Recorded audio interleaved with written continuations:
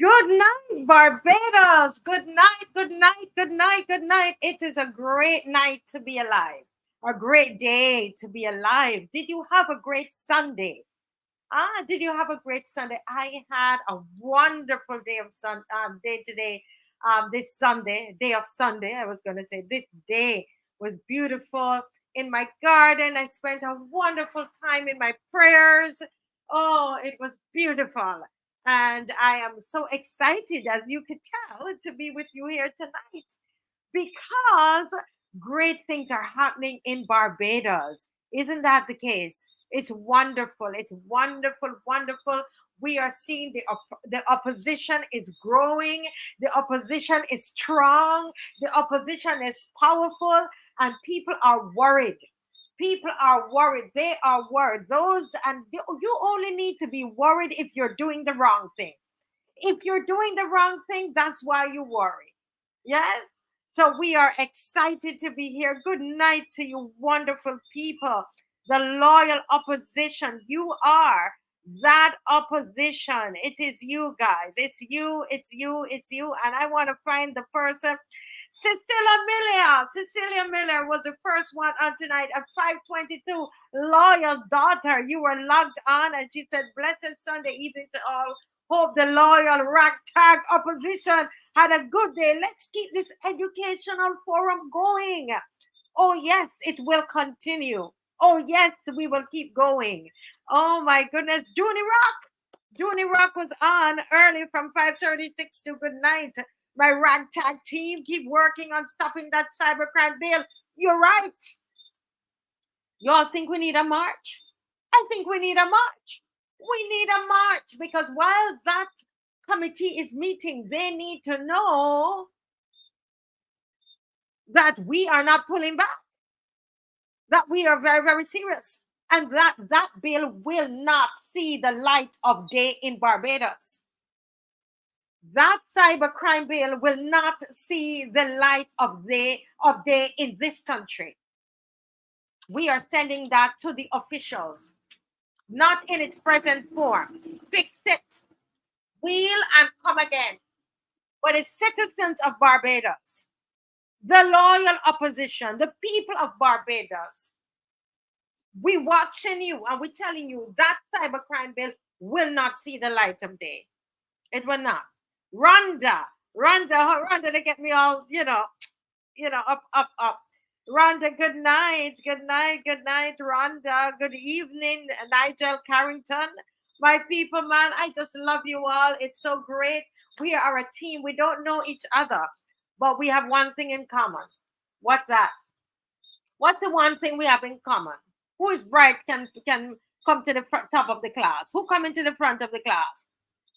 We have the blue, yellow, and black. Barbados is what we have in common. And as long as we live in this country, we're going to open up our mouths and we're going to speak up on behalf of this country.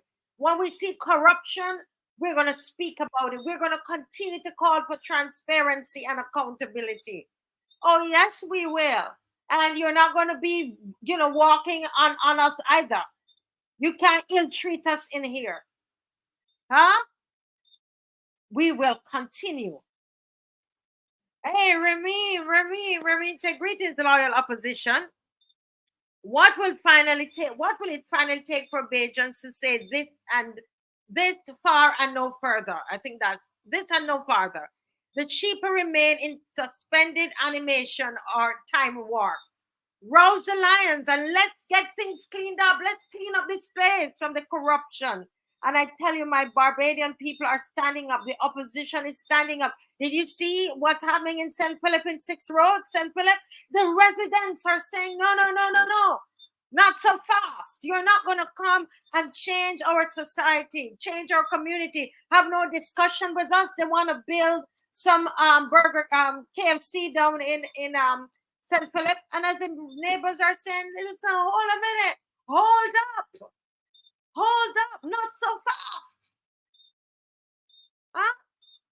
We have the St. James community. No, we have BANNATYNE community. We have Joe's River community. And we have, let me tell you, Bossa, the spirit of Bossa rising up in here. And I want the authorities to know we can have a revolution without sticks and stones. We can have a revolution without machine guns. We don't need a machine guns and machetes and stones to have a revolution in this country. We will have a revolution of thoughts, a revolution of ideas. We will rise up and do like this. Huh? This is what we're going to do. Everybody. All 409 of you, just start to do your shoulder like this. Everybody, do your shoulder like this. You know what that is? We're pushing off oppression. Huh? Barbados, you ready? You ready, Barbados? Everybody, just do your shoulder like this. Do your shoulder like this. Oppression. All the oppression has to go off of us. We are no longer afraid. We are not afraid. We are not afraid. You think we need a party to oppose? You think we need a party to oppose? Huh? You all try to destroy each other. You think we need a party to oppose?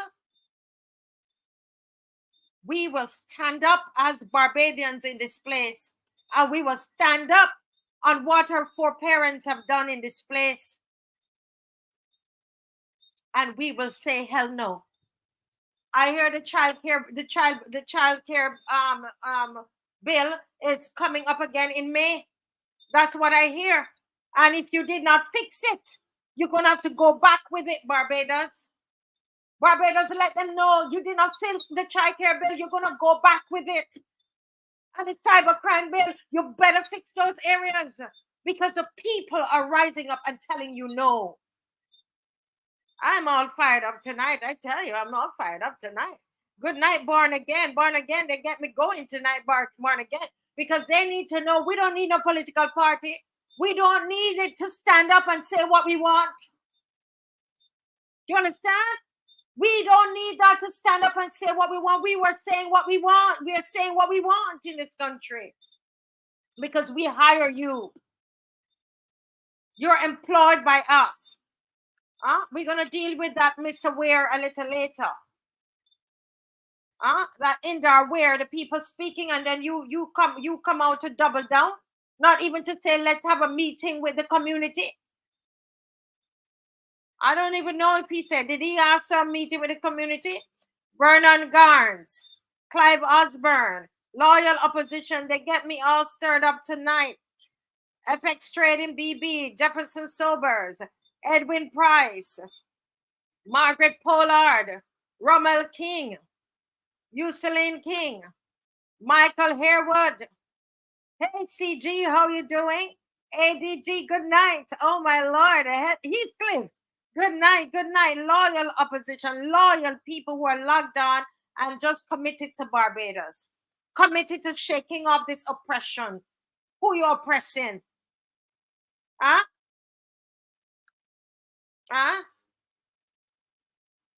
Yeah, Cammy Holder. Yeah.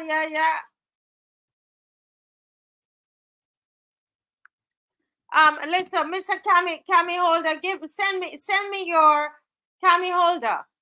Send me a message right now. Let me give you this link. You come in here and deal with this. I feel like you need to come in, Cammy Holder, and deal with this this tonight. Yeah. Yes. Winston. Yes, Winston. I'm seeing what you just sent me. I'm going to talk about it soon. Cammy Holder, just send me a message so I don't have to be searching for your number as I'm on. I want to pay attention. Hey, Sandra Carter, good night. Gelbiz, good night. Oh my goodness, it's a great night in Barbados. There is a revolution in Barbados, and it's not of sticks and stones, and it's not of no big Uzi gun. No. It's the people. There is a turning over that is happening. The people are getting up and they're doing like this. We're tired. Come off of me. That's what the people are saying in Barbados. No, you got it wrong. Because we don't need to be lining up behind anybody.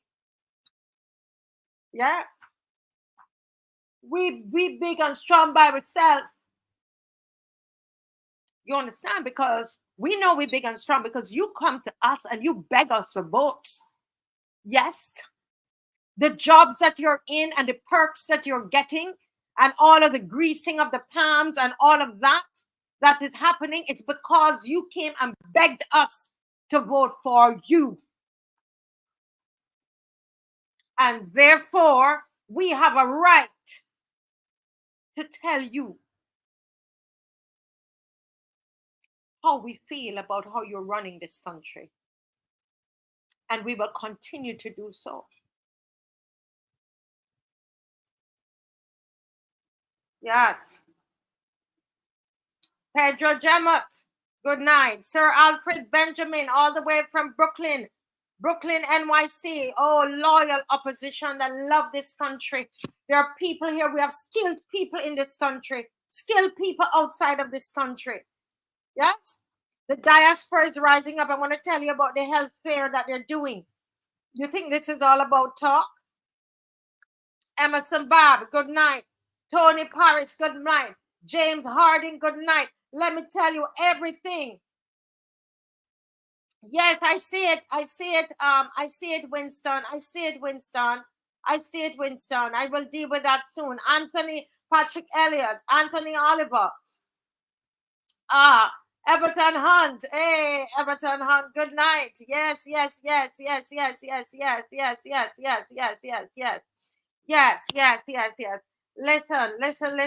I see it. I see it. Winston, we're gonna play the anthem and then we're gonna jump into that. I see it, Winston. I see it. I see what they're doing. And let me tell you something. They are trying to destroy anything that will give the people any hope. That's what they're doing. They're trying to destroy anything that will give the people hope in this country. But let me tell you, we don't need to line up behind nobody. We're good by ourselves. We're strong by ourselves. You hear what I tell you? Barbados, you ready? You ready to capsize this thing? You ready to turn this thing upside down? And I tell you, we don't need sticks and stones to do this, you know. You understand me? The people down in St. James, no. The Joes River people, no. Those in Bannatyne, they're holding on to something. We don't need sticks and stones for there to be a revolution in this country. Yeah. So let's go to our anthem. You can tell I'm fired up tonight. And don't mind, we're going to talk about that DLP issue. We're going to talk. Come on over here. We're going to have a discussion about that tonight. Come on over.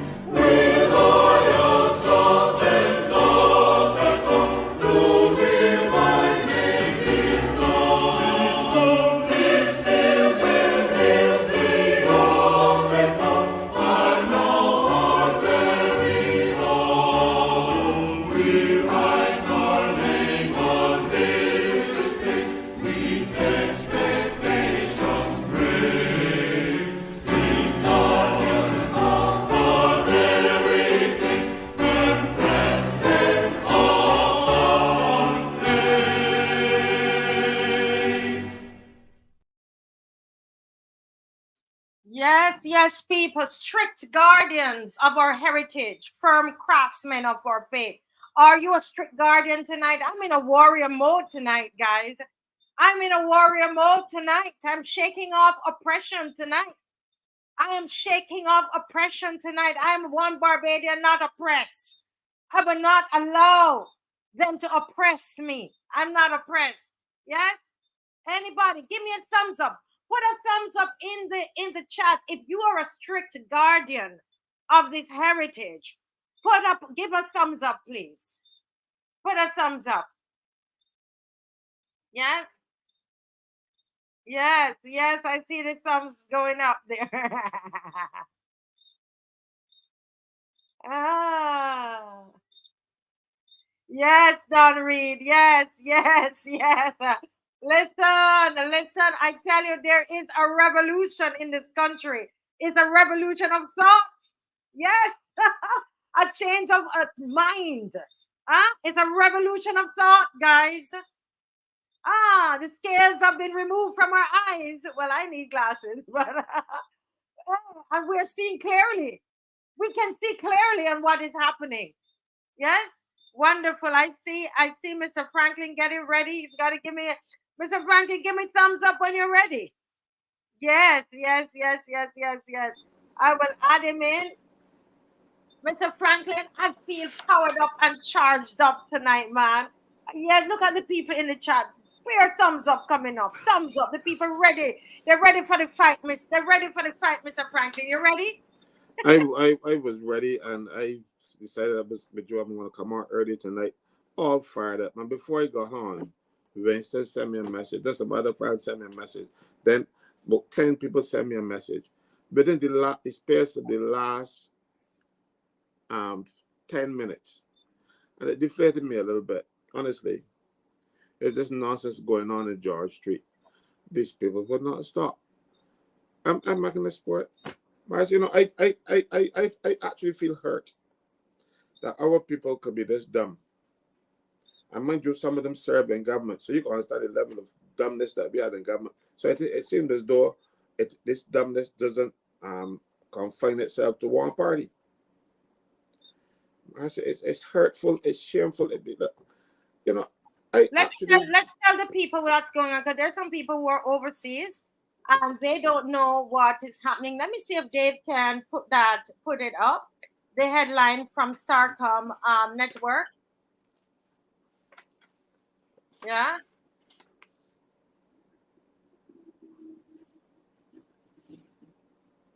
Let's see if Dave can put it up. If Dave finds it and can put it up for us, let me make sure that he has it.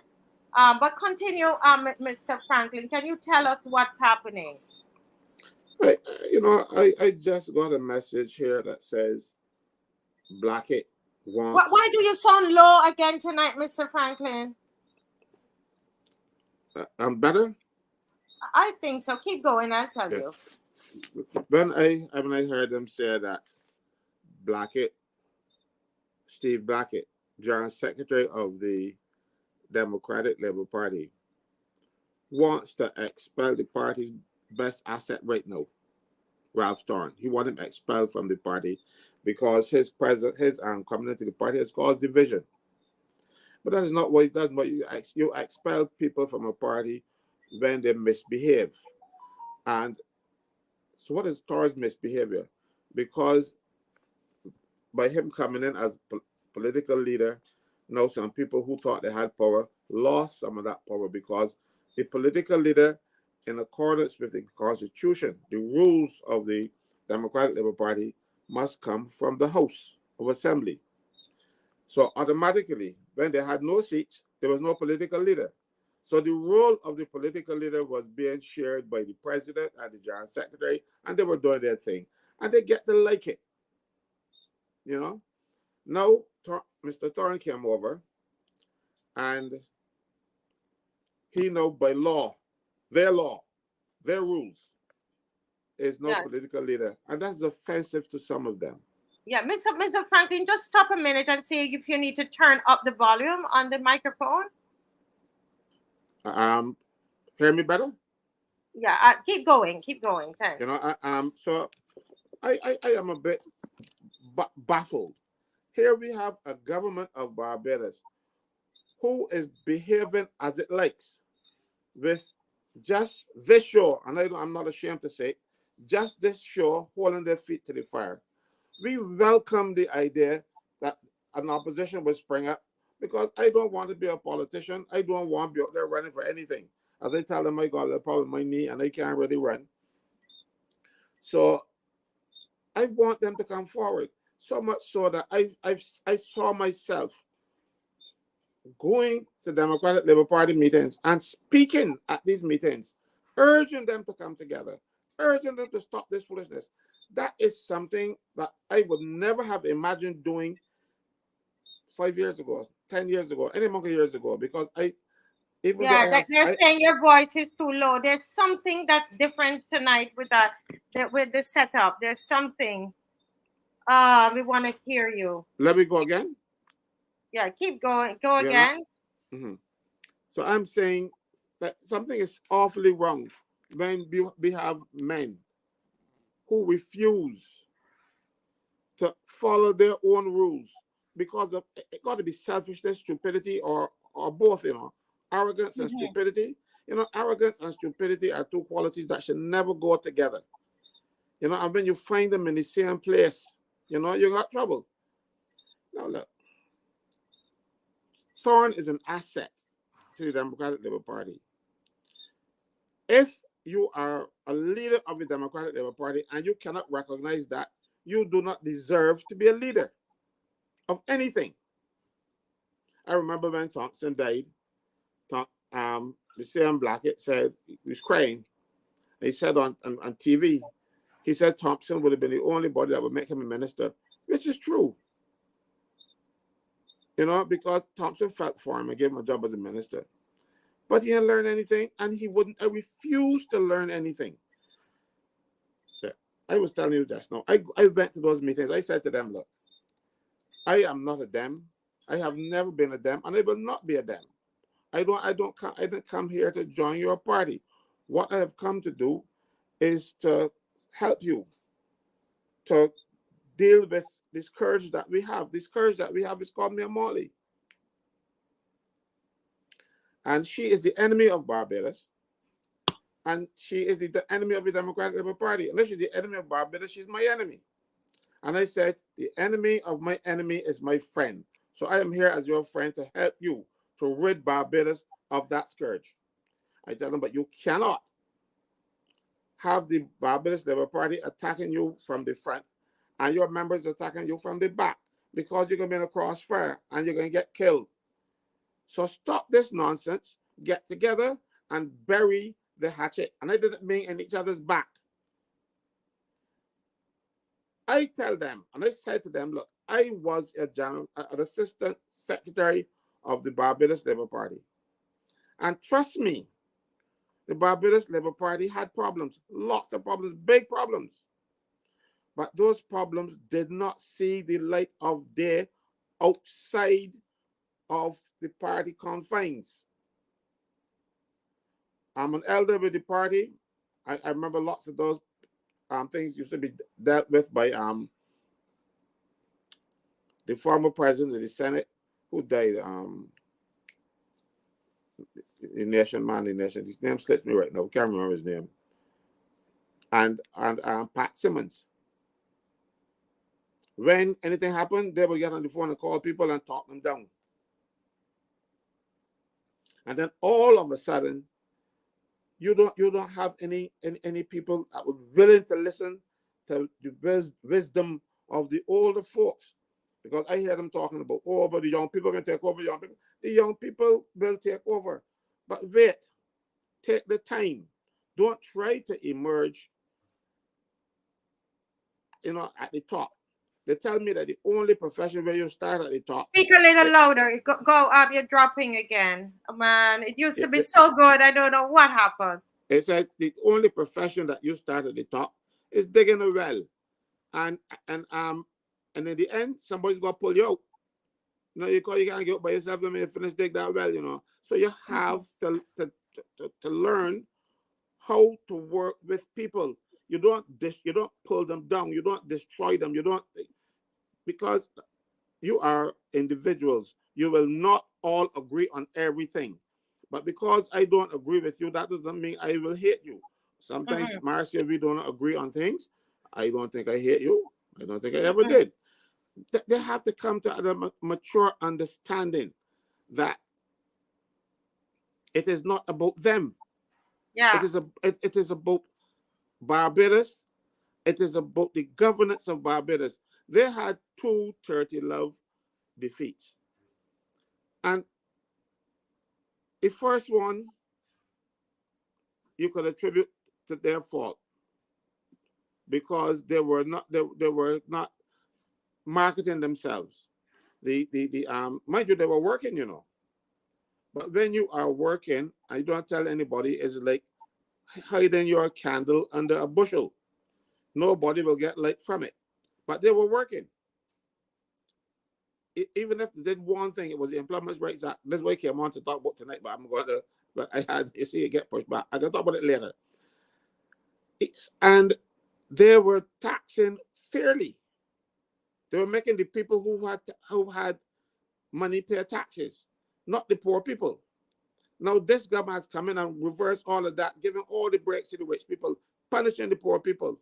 And they are marketing themselves so well. They are so awful. But their marketing is so good that it will give you a soap cutter, you know, instead of cheese. And people will eat it and say thank you because they get it from them, because they're going to try to convince you that it is cheese. That is the problem with the Democratic Labour Party. Their marketing and their personal behaviors, their ambitions. Somebody has to tell them, you have to behave, you have to stop. Because what can happen? They're in disarray now. All Motley has to do is to call an election. Like she did to get rid of me from the Senate, call an early election. There's no law in Barbados that says an election can't be called, Parliament cannot be dissolved tomorrow. And if Parliament is dissolved early, would you be convinced that these people have kissed and made up in that short space of time? Nobody's going to believe it. You know, Mr. Franklin, I don't see Mr. Thorne going anywhere. Mr. Thorne is a fighter. And I don't see him going anywhere at all. I agree with one of our viewers who said that. But it is sad that it's happening, and someone else says that there is infighting in every party, and that exists. Sometimes we know about it. Sometimes, as you said, Mr. Franklin, sometimes we don't know about it. But I want to say I'm a little shocked. There's something that I know for sure. There's one piece of this that I know for sure, and I'm listening to you, and I really do try not to get in the DLP stuff, Mr. Franklin, as you know. I try not to get into it. But is this all over a Senate seat? Come on. Is this all over a Senate seat? Could this really be over a Senate seat? Barbados.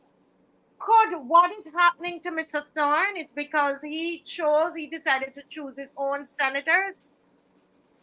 And the senator that they wanted him to choose, he did not choose that senator. Could this really be over a Senate seat? And if it's true, why? Look, I heard that there was some confusion that Ralph should have chosen Ronnie to be a member of the Senate. You don't tell a political leader, a leader of the opposition, or a prime minister who they will choose to the Senate. You don't tell the the president, who to choose as independent senators. It is not a gift from the party. And in any event, when Ralph chose his two nominees, because he only nominates them, the president appoints. When he chose his two nominees, he was not a member of the Democratic Labour Party. He said after that he would like to operate from within a party, but he had already chosen his people. He was not. So even if they wanted to say, well, because he should have caucused with us, and he can't caucus with a group that you're not a member of. He was not yet a member. And as a matter of fact, when he tried to become a member, the first day when he went to present his application, they had the door locked. Couldn't get in. So he was not, when he chose them, he was not a member of the Democrat Liberal Party. He brought a package with him. He brought, fortunately for them, he picked 2 senators. The leader is an excellent person, but we know who she is, Tracy Watson. Excellent. I would have chosen her for senator if I had the thing. So the men got nothing to quarrel about. So Ralph brought a package to them, an excellent package that they should be happy to have, because what are you going to put Ronnie Senate to do? He outside now. I have not seen him really oppose Mayor Motley. He made a few little nay statements, and that was it. But it was going to carry that to the Senate. This is too short-sighted. You don't fight to get in the Senate. You fight to get in the House. One time, you used to tell people who ran for St. John against Barrow that they're running for the Senate, because the Barbados Labour Party, whenever you get beaten in St. John, you used to make a member of the Senate. So I would always tease people and tell them that they're running for the Senate. For these brother, he was a member of the Senate, but he ran for St. John. What people must understand, it is not about you. You are a cog in the big engine. You are not. Your presence alone will not stop the engine from working. When you get to realize that when you join a group, you have to sometimes stay and believe and do what the group wants you to do for the good of the entire group. If you want to fight by your own, stay out and fight by your own, but don't come in and don't observe what's going on within the party. Yes, oppose for the love of God. Oppose inside the party, but when you come out smiling to the public. The public do not want to know your stupidness. They do not want to know what happened behind the scenes. They don't want that is nice gossip. We don't want that. We want to know that you can take this country forward when Motley goes. Sooner the better. But you cannot take this government forward, can't take this country forward in the state that you're in now. You can't take the Democratic Labour Party forward in the state that it is in now. Why are they behaving like this? Are they dumb? Don't answer that question, because it will be yes. They got to behave. I said, when I saw that, Winston called me. I was no logging on.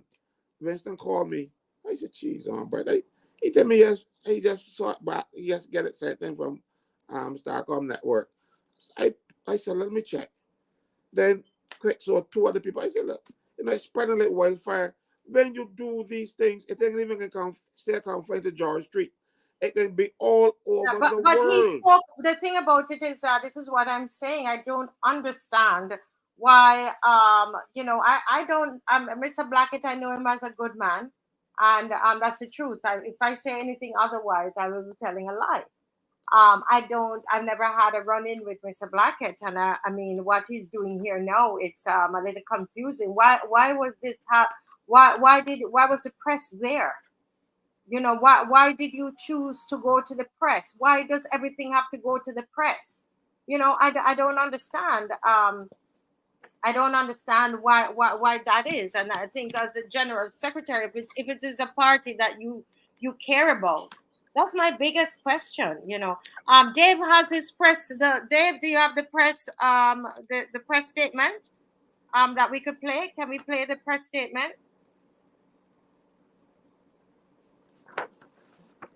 Okay, not as yet. Not as yet. This is what they got rid of Verla for? You ever saw Verla behaving in this manner? You had a lady, and I don't know what internal things, but I have a lot of respect for her. So I don't know if there were some internal things that stopped her because I didn't get involved in it. But certainly, this nonsense could not have happened under her. You exchange cheese for chalk, and they're trying to eat the chalk. Yeah. I mean, the truth is that let's look at some of the facts here. If anybody says that Mr. Thorne crossing the floor, and you know that speech that he gave in Parliament to the budget, in reply to the budget, and I'm hearing from stalwarts that it's one of the second best, people said, or the best speech, best response to a budget speech that energized this country. Last week's Ralph Thorne's, you know, the DLP had a meeting, and for the first time ever in a long time, we're hearing your papers there. Let me turn off your I did it for you, don't worry. I get it. Yes, go ahead. Yes, go ahead, Caswell. No, I was telling you, don't mute me. Let me mute myself, because when you do that, it's gonna get back on. Oh, okay, all right. Yes, mute you. Yeah. Go ahead. No, I was saying that. Let me get back my train of thought here. Oh, you have it, Dave. But I was just saying that Ralph Thorne's that meeting that they had on Saturday, last week Sunday, you know, I mean, it even topped our show, Mr. Franklin, over 20-something thousand views, and that's what you're going to remove from the party? That doesn't make sense. I know Mr. Thorne isn't going anywhere. Sit tight, people. It's not going down like that. Just sit tight. It's all is well. It's not going to go that way. Relax. For those of you who are getting all, you know, those of you who are DLP, I'm not a member of the DLP. I've voted 4 different ways or 3 different ways since I've been here. Yeah? Right. Yeah. Go ahead, Dave.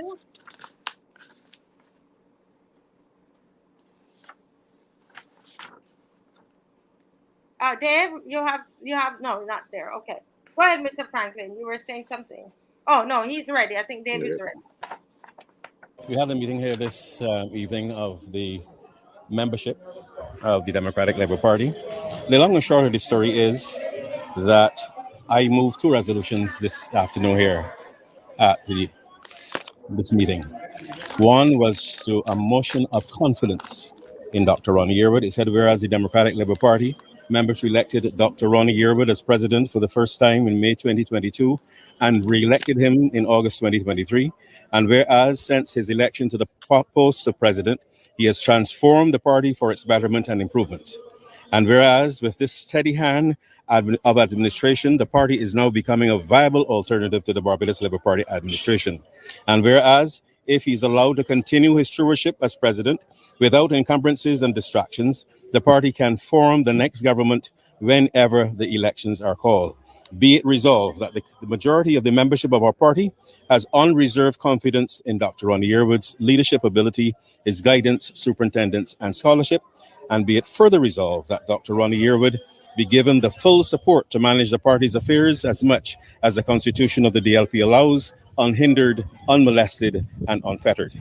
I moved a second motion this time of no confidence in the political leader of this party, Ralph Anthony Thorne.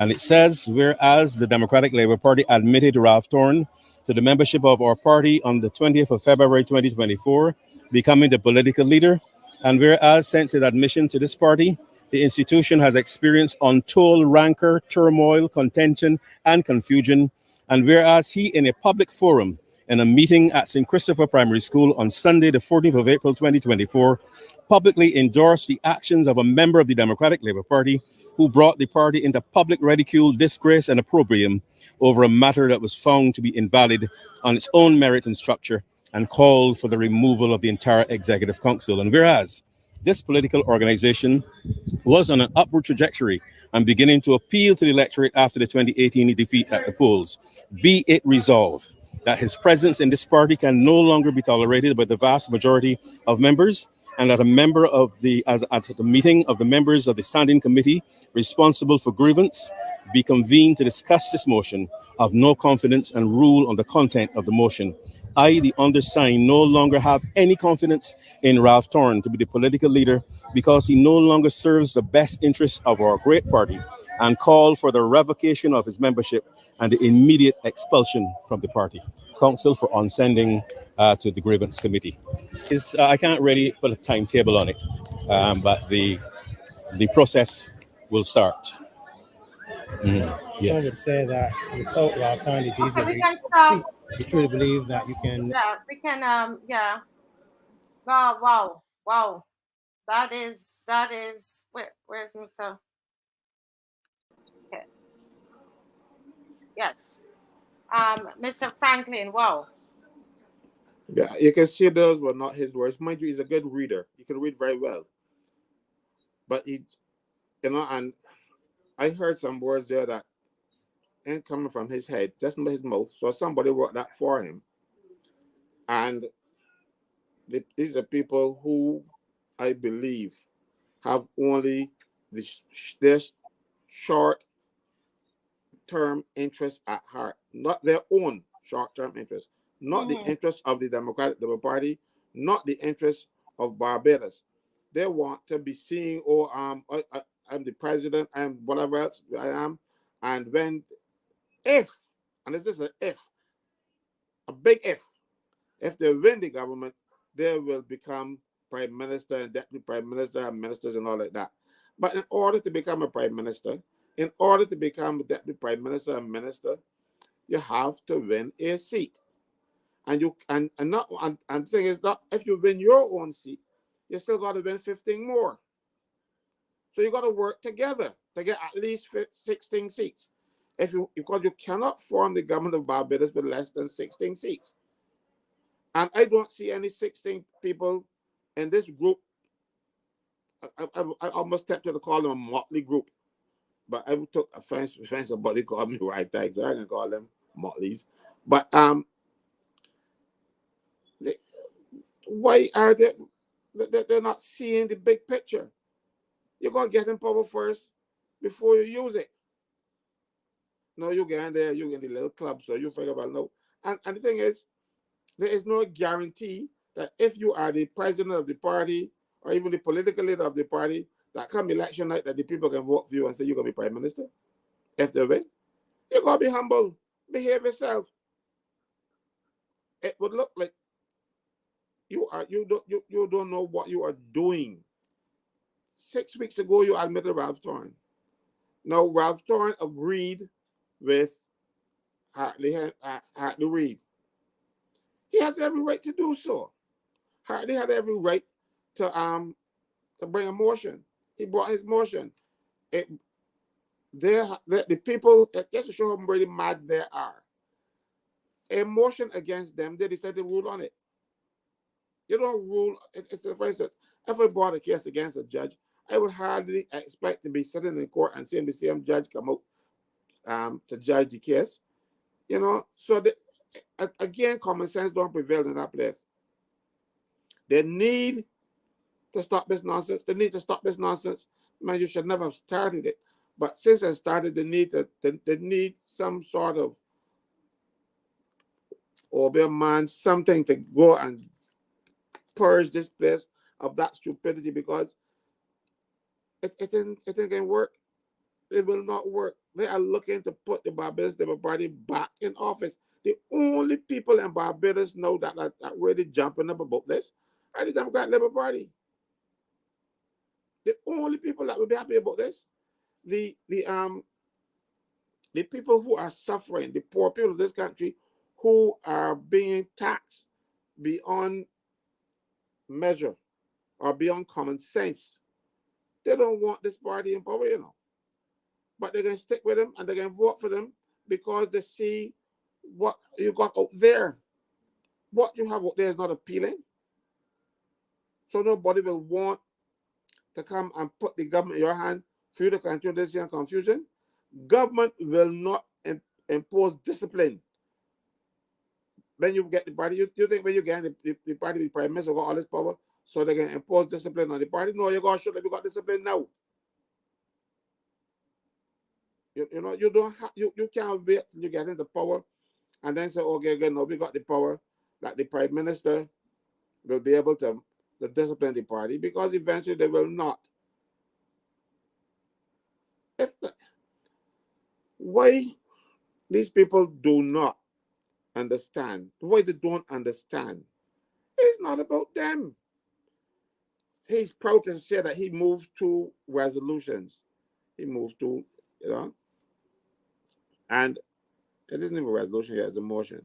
But he moved those motions of no confidence that will become resolutions if they pass. But when you pass them, you think that the people who are supporting Ralph Thorne now will fall back and say, well, all's well and good? No, it can cause more noise, more strife, more confusion within the Democratic Labour Party. And you don't normally remove a person of office unless you have a 2/3 majority. You don't remove a person by a simple majority vote. So you think you can find 2/3 of the Democratic Labour Party willing to take their best chance of getting back into government out of the party? Somebody who getting money to cause confusion. It looks, somebody paying for truth. Hasbra, it looks as though someone is actually paying them to be this messed up. You can't be this messed up deliberately. I mean, by your own reasoning, it has to be somebody giving you some incentive to be this stupid. You know, I don't know. Maybe I am wrong. Maybe something good will come of this, but I do not foresee it. I don't think any right-thinking person in Barbados will foresee a good outcome for the Democratic Labour Party if this nonsense continues. You must make yourself electable. Motley is out there smiling and laughing and coming home, visiting Barbados ever so often, and having a press conference or having somebody speaks or the other, and you are not going after her. You're going after your friend. You are going after the people who are in the same camp with you. That makes sense to them. You are trying to get rid of the people who are your soldiers. Let's say you get rid of Ralph Thorne and his people, the people that support him. The people that support him are your brothers and sisters and your comrades, that you like to call them. You get rid of them, you really feel that when election time comes, they're going to suck it in and come to canvas with you. I can assure you that the Democratic Labour Party needs every one of those foot soldiers.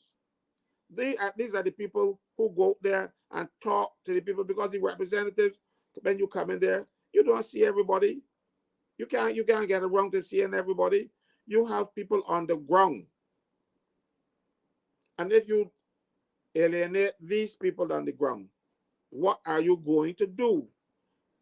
You need those supporters. You need friends. Politics is about making friends. Right now, you see any friend making activity going on in George Street, you're going to make friends. If you make enemies, you will lose. Even when you're making friends, you lose. So why make enemies? Why go there and concentrate on making enemies? Your enemy is not within. Your enemy is without. Go and look for the real enemy. Man, you're going to look for the real enemy. You see it right in front of you, the people who are destroying this country. That's who you should be fighting against. You should not be fighting against the people inside. You cannot have people shooting at you from outside and people shooting at you from inside. You will get, people say you can't turn your back on them. You get stabbed in the back. You too, Brutus. Caesar said, so I said, you too, Brutus. You too, Brutus. You too, but that's what's happening there now. Yeah. Guys, I tell you, there's a little video that that I have here that I want to. Paula Hines sang a song, and for those I know, some people, there's people on here. I see Alvin. Alvin says good for them. Alvin is a staunch BLP supporter on here, and he's saying good for them. Then you have those who are neither party saying, well, he needs to start his own party. Others are saying they don't care, move on to another topic. So we have various things. There are others saying, listen, it's going to be fine. He's going to be fine. I don't really see him going anywhere, but, I don't know.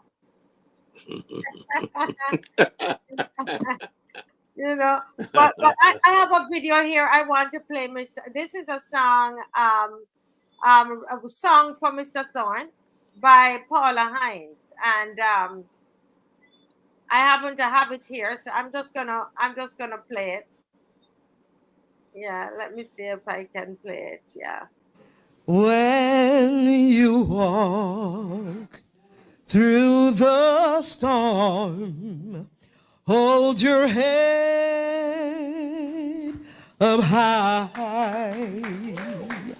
and don't be afraid of the dark, 'cause at the end of the storm there's a golden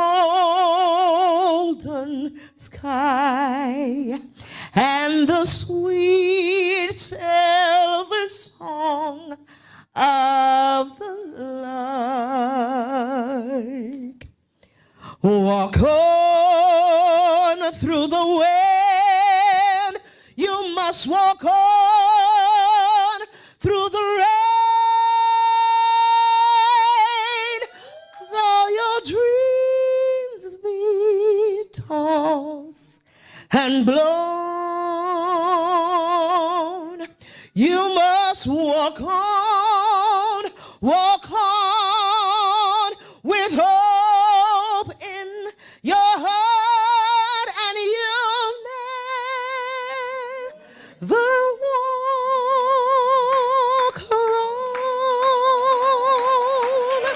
You never walk alone. So when you walk through this storm, hold your head up high and never be afraid of the dark. For at the end of this storm, you'll see the golden sky and the sweet silver song of that lark. I say walk on through the wind, walk on through the rain, though your dreams be tossed and blown. Walk on, put that hope in your heart, and you'll never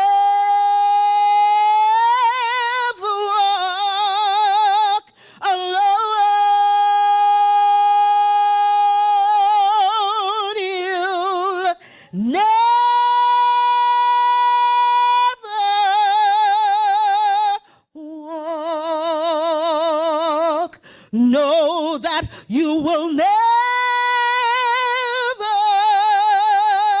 walk.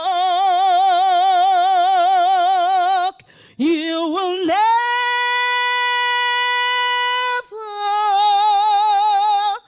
walk alone.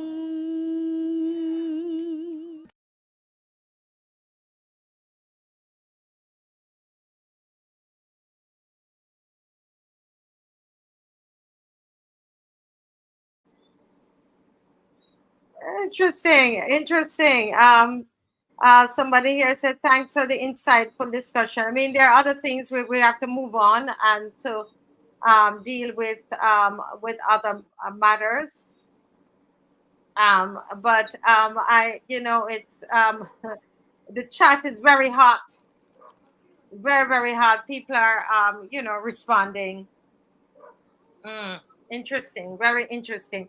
But Mr. Franklin, I want to talk about BIU, the Barbados.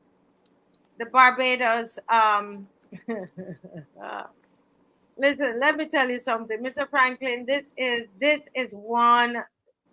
I don't know what's happening here at this place. And I thought I had a banner for it. I'm looking forward to put it up because what is happening here at the BRIDGETOWN International University, Mr. Franklin, it's really something else. And yeah. Just hang on. Let me just try to.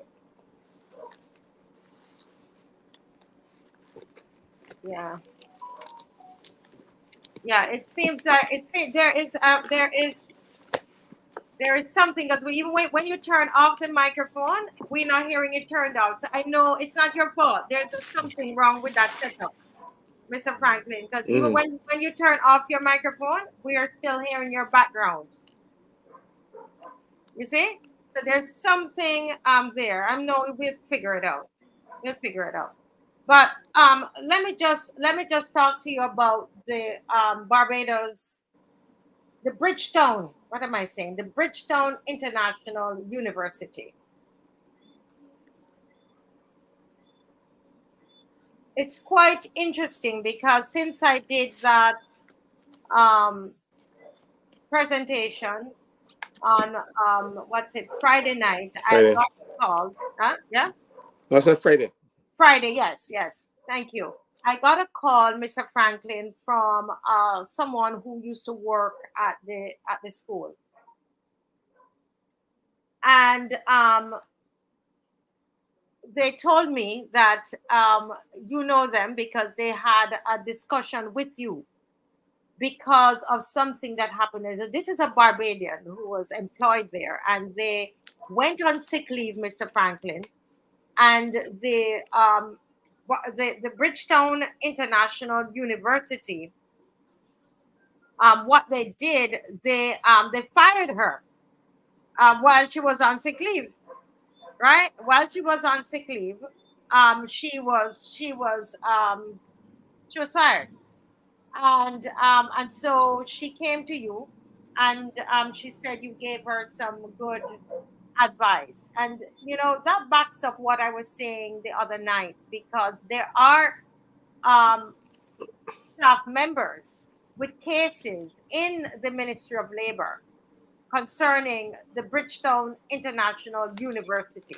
Yes, there are cases that are pending inside of the Labor Department, and this particular woman, Mr. Franklin, said that that she was not when she went to NIS, she realized that though they were taking the NIS from her, they were not. She's alleging that they were not paying her NIS. Okay, so there is a case that is going on concerning that. But this what we've been able to find out is that the young man who died from suicide, that Mr. Franklin, that he died because of the pressure that he was under. It is being alleged that the school told him that he had to leave in 24 hours because his grades were not up to scratch. He wasn't coping. Because it was confirmed this evening that a lot of these students, they pay a lot of money to come to Barbados to study, but they're not at the level, at the academic level to be entered into a medical program. And for whatever the reason, they decided that this young man, they were going to put him out on the streets. This guy, Krishna. And he was devastated. He doesn't know anybody in Barbados. He didn't know what he was going to do. And the allegation is that he went to the store, got whatever he used. I don't want to say that to put ideas in other people's heads. And he went and he administered it because of the pressure that he was on. It is being said, alleged, Mr. Franklin, that he wasn't the only one that they, well, actually, it's not, they threatened to put him out, and he decided to, end it before it happened. But there were 12 other students that were put out on the streets of Barbados, not knowing, hardly speaking the language. So this is what is happening there. What is the allegations of what is happening? And when I'm speaking of these issues, because I would like the authorities of Barbados, Mr. Franklin, to look into what is really going on at Bridgetown International University. As an educator, if I'm saying, if there are if there is this kind of mistreatment of students, of people's children that you have taken money from, a lot of these students had to pay before, just paying for the recruitment before they even pay for the study here in Barbados, and it's hundreds of thousands of US dollars that they pay. And it's being alleged these students are paying this money, and those that are directing the school already know that they cannot, they don't have the academic standing to do a medical program. But guess what? The money is already taken. And they come here, and this is the way they're treated. And it's being alleged that the Indian consulate, Mr. Franklin, is who had to take in those 12 students. Someone in St. Philip here told me that there were 2 young girls between 18 and 21 that were put out on the streets after 10 o'clock.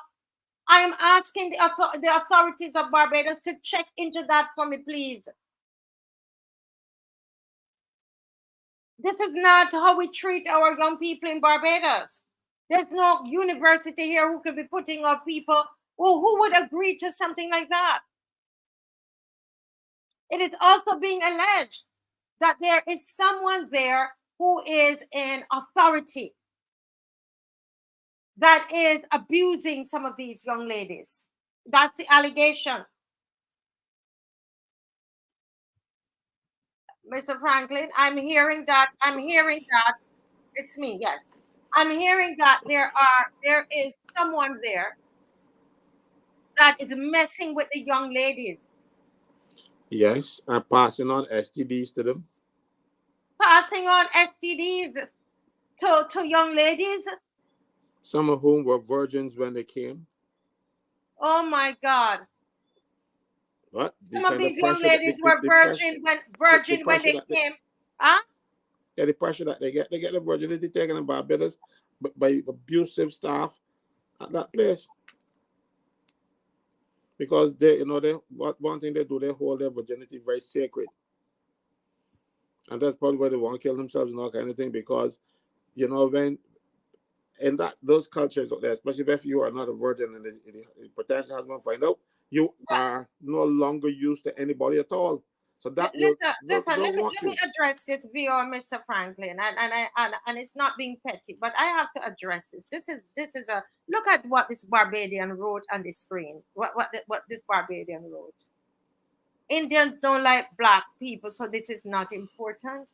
You're hearing about children, young people, right? And the allegation is that they're being sexually abused. And as a Barbadian, you're saying that that's not important? Anyway, go ahead, Mr. Franklin. You know, if that were your child going to another jurisdiction elsewhere to study, would you want that to happen to them? You got to think, you know, sometimes people think I can be harsh when they rebuff stupid comments like that, you know. But that is silly, you know. These are human beings. Whether they're black, white, pink, blue, or whatever color, they are human beings and they deserve to be treated like as such. Everybody got their human rights. That's what we always talk about human rights. Human rights means that human rights for blacks, but not for Indians, or human rights for whites, but not for blacks. We cry out because of abuse that we suffer, and then we will support abuse coming from somebody else. That person should be ashamed. I hope it in the same Carson Kadanga that I know. I'd be ashamed of them. I don't care whether you like me or not. That is not the problem. If you like me, you still have to be respected. You know. But to bring those people to Barbados, and they have no choice now. You know, if you don't pitch up, well, you know, you're out of the school, or if you get better grades or what have you. And those people in Barbados, without a single relative, not even a 15th cousin, they ain't got nobody here at all. And they can't go back home to their parents because the parents just spend the last penny that they had getting them here. This is a racket. And worse yet, people close to the government, very close to the government, are they legal advisors? They're whoever else they go to get fees from, I don't know, because they're too often. You just, why are they visiting the school so often? Why are they? And then they got people can take one, oh, we got this law firm that they support us. Mind you, I'm not going to call the lawyer's name. I'm not even going to say, well, that they might even be seeing people associated with George River. You would have to. You're saying the lawyer that or could be associated, because this school has a lawyer, and it seems like you're saying that the lawyer could be associated with somebody very, very, very, very high in government. Very high in this country. That's a lawyer for the school, and so I guess if that lawyer is listening, the lawyer for the school. If that lawyer is listening, yeah, go ahead, Mr. Franklin. So that alone will terrorize people, because when you hear that the lawyer for this particular firm, these are big people, so you're not going to go after them. They got a reputation, you know. But I've been against them. That's the law firm, and they beat them, so I know what they're talking about. And then a lawyer, so you know, so get frightened for them. Stop. But but see, the thing is, most of those children, and they call them children because they have grandchildren now.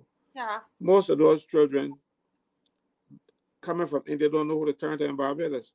The staff would have turned to me, but they're Bajan staff. Mind you, you know, they are, and what is ridiculous, them and the other one were paying people the value of their salary and what you would have gotten in rupees. Let's say you get 20,000 rupees. It's more than that, but in India, they convert the Barbados money, give $2,500, that kind of thing, you know. And that's what people Barbados working for, you know, as teachers. But these are people who they can attract because they can't make it in the system, in our system. They can't get in a primary school. So look what the situation you have.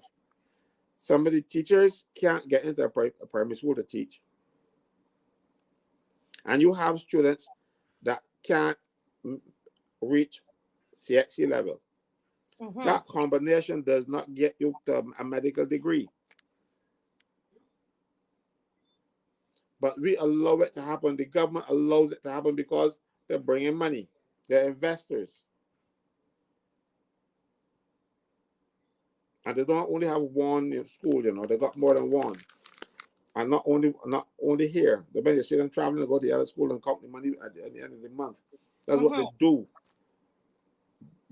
this country, or the Ministry of Health, the Ministry of Education, need to investigate these little fly by night universities. I could this house is big enough now, according to the standards that these people have, to be a university in here. I can have a university in here. I got a bathroom, 3 bedrooms, living room, kitchen, and thing. It's gonna be a university, because that's what they're gonna get a house. And they can put a tent in the yard for some classes too. So because they're at Chelsea, the Chelsea house. And you are, how big is that? Somebody's saying it's like a 5-bedroom house. I don't know. Is it bigger than that? Is that the size? I think it is, but it is one of those old houses that had a lot of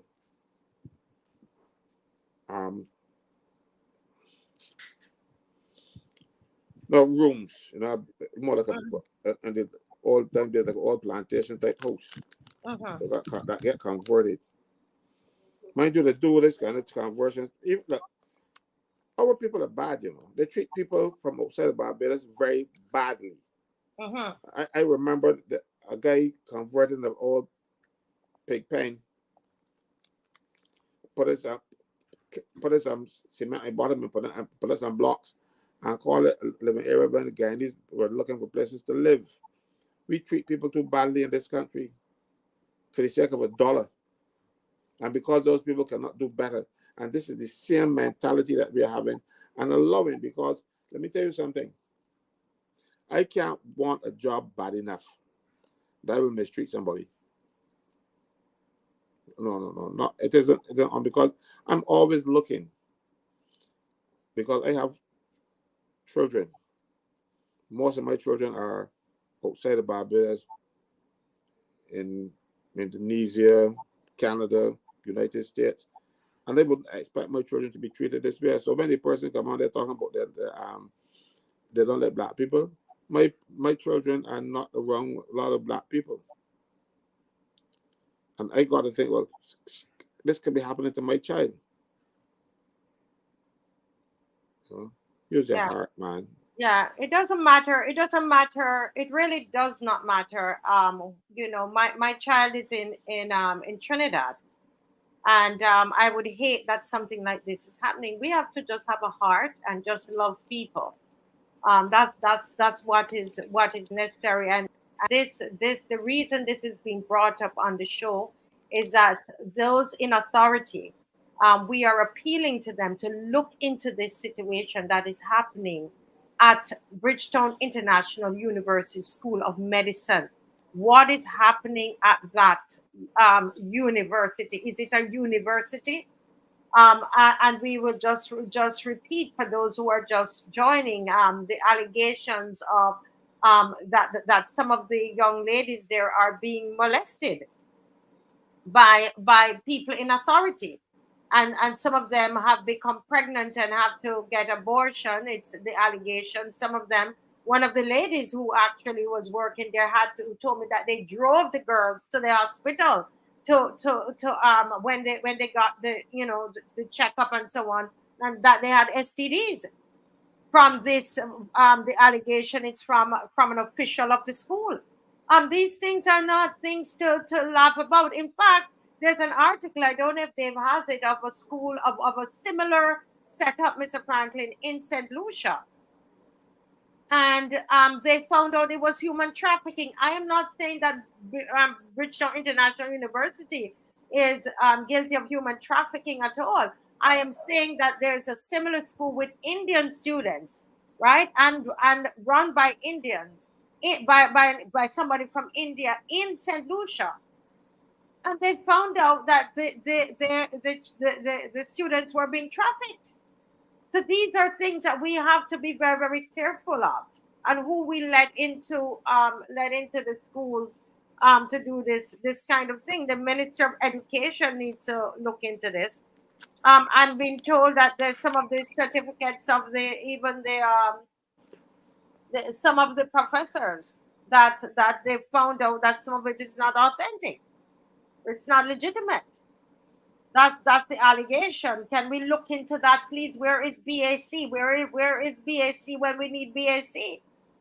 Who are they? Are they the body that will look at the certificates, Mr. Franklin, and But verify? the accreditation council, when you get their stamp, countries outside of Barbados will accept that these things are good. You know, because I can issue a certificate, but if I don't have the backing of the accreditation council, another country, when I put somebody who gets the certificate from me, they will contact the Barbados accreditation council and say, "What about this certificate?" You know, well, and then the council will have to say, "Well, be on about them."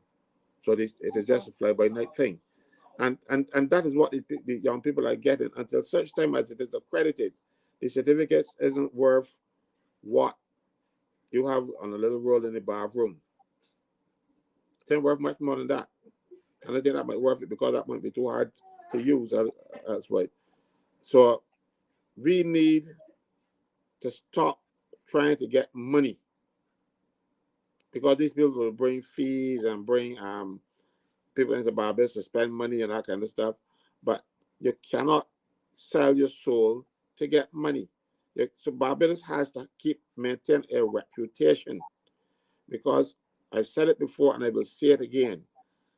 If these people leave Barbados and they go out into the world with the qualifications that they get in Barbados, Barbados being on their certificate will have everything in Barbados suspect. So anything from the community college going to be suspect. Caribbean Examination Council things will be suspect. Everything will be suspect. So when, like for instance, I mentioned last time, we have very good nurses in Barbados who leave Barbados and go to the States and make big money, make good money. Why? Because the people have recognized that the training in Barbados is superior. So when they get a nurse from Barbados, now it is a far stretch to go from nurse to doctor. So when you hear people get that kind of training in Barbados, they just can hear Barbados.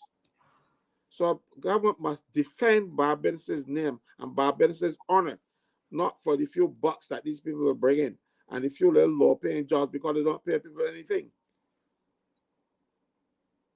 Yeah. Wow. You know, I'm being told, Mr. Franklin, that there's an allegation here.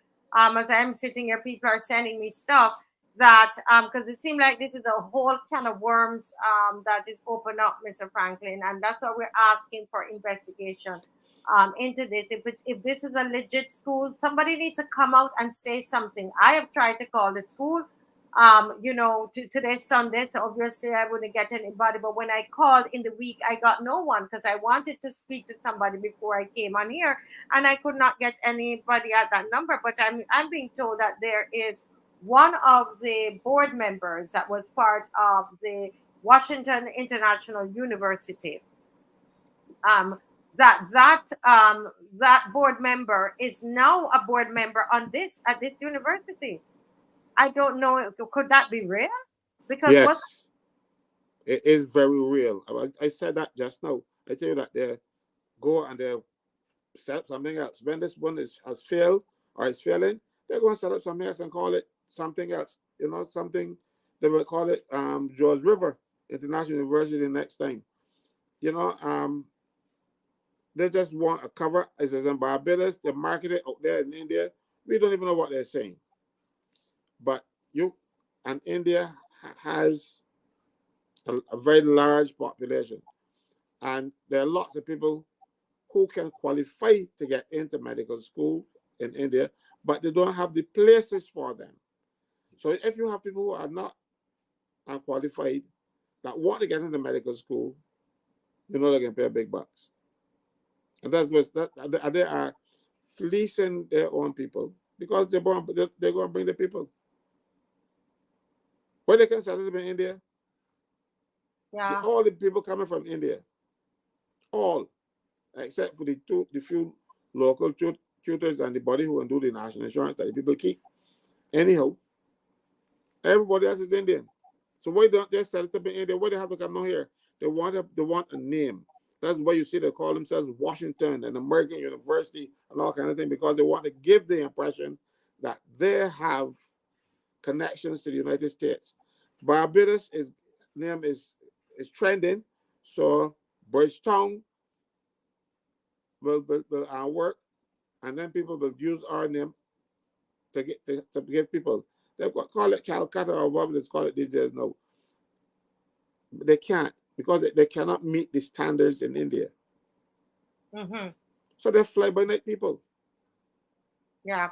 As they're using the name is a marketing, because I read some of what they have online, and they're talking about, the standards of Barbados in luring the students to come. They are selling Barbados as a destination that has high standards of education, and whose students are well received and accepted in America, in America's school system. So there is, and that is why the authorities, we're calling on the authorities. We don't know; these are allegations. We're calling on the authorities to look into this. This is important. A lot of this is also on the internet, because some of the students, Mr. Franklin, they're writing to Barbados Underground.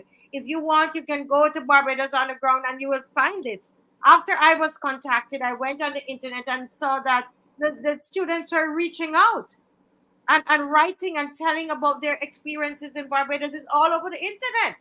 And I'm saying, that something needs to be said about this. This is very, very important. Yeah.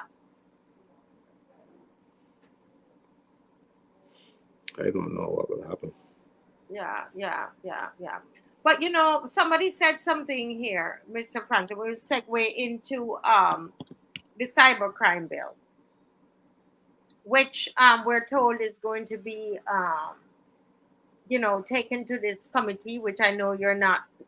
You believe that committee shouldn't even go have that procedure. That procedure is off. But that procedure is unknown to our practices in Barbados, and unknown to the rules of both the House and the Senate. That procedure is unknown. This is the first time ever it will happen.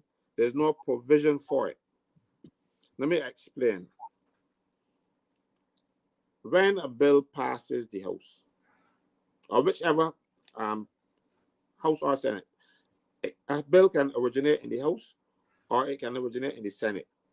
If it originates in the Senate, you debate it, pass it, and send it down to the House. And the ones that we normally see, they normally originate in the House and they get approved in the lower house and they get sent up to the Senate. But whichever happens, like this case, though, this was approved in the House of Assembly. The House of Assembly has said to the country, to the world, this is a good bill. We like it. We will pass it. Now, the Senate now has to review it. And if there are any flaws in the debate the Senate sees, the Senate now can send it back. They can send it back to the House. The Senate cannot set up a joint committee of the House and the Senate after it has passed the House, because the House cannot address this bill again in this session unless it comes back, it is sent back from the House, from the Senate.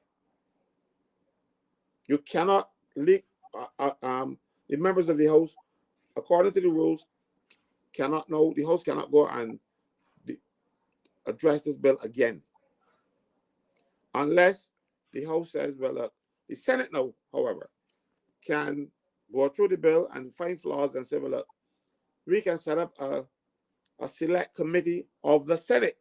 right. Not of both houses. They now can set up a select committee of the Senate. And they can go through that bill, because each time a bill goes through these committees, like when people see in the House of Assembly where I beg to move that clause 1, stand part, and question is, that's all clause 1 start party that to go through that until it comes to any bill. That is a committee of the Senate. At the same time, that is not the actual Senate itself, even though the same persons are there. That's a committee of the whole House. When you see it happening in the House of Assembly, it is a committee. What should really happen? If there are problems with the bill at that stage, you highlight it. So if you see a problem, when you're going through the committee stage, you can say, no, sir, maybe we want to set up a select committee to deal with it, to report back to the Senate. And then the Senate would give the House the benefit of what they got in their committee. But they already passed it. So the Senate can ask them not to concur with our amendments, and they can or they cannot. But you don't, this is as response to the Marshall Week show. We complain about it, so they want to make sure that what we are saying looks like nonsense. So they say, oh, we can have a joint select committee. And the Prime Minister announces a joint select committee. She can't announce a joint select committee. Only the House can do so, or the Senate can do so, not her. So then you see, and in this case, it would have been only a select committee of the Senate. And the next thing you know, the Senate get up and meekly complain with the Prime Minister's misinterpretation of the rules. And I can tell you something. This cybercrime bill is not homegrown. You have similar provisions in England, Australia, and a few other African countries, Sierra Leone. So it seems as though, and right now the United States just recently approved legislation to continue because they had, as I was going to expire, dealing with some of the same elements that we have here now, where they can do surveillance of people in other countries, or even Americans in America, which is contrary to their law. So it seems as though these are things that are planned. Yes. And when our Prime Minister goes away, they give her script and say, go and implement them in Barbados. That's what it looks like to me. Yeah. If I am wrong, I will beg her forgiveness. But it looks like that to me, that she is taking instructions. So there's not much that you will be able to do with that bill, because the bill is already passed in other countries, and we want to conform to what is happening internationally. This because we had over 1,000 people marching that day. That the response, when they look down us with the drones and they see the crowd that we had, they had to have a response. And that response is to come up with this scam of a joint select committee to make people feel like they're going to do something.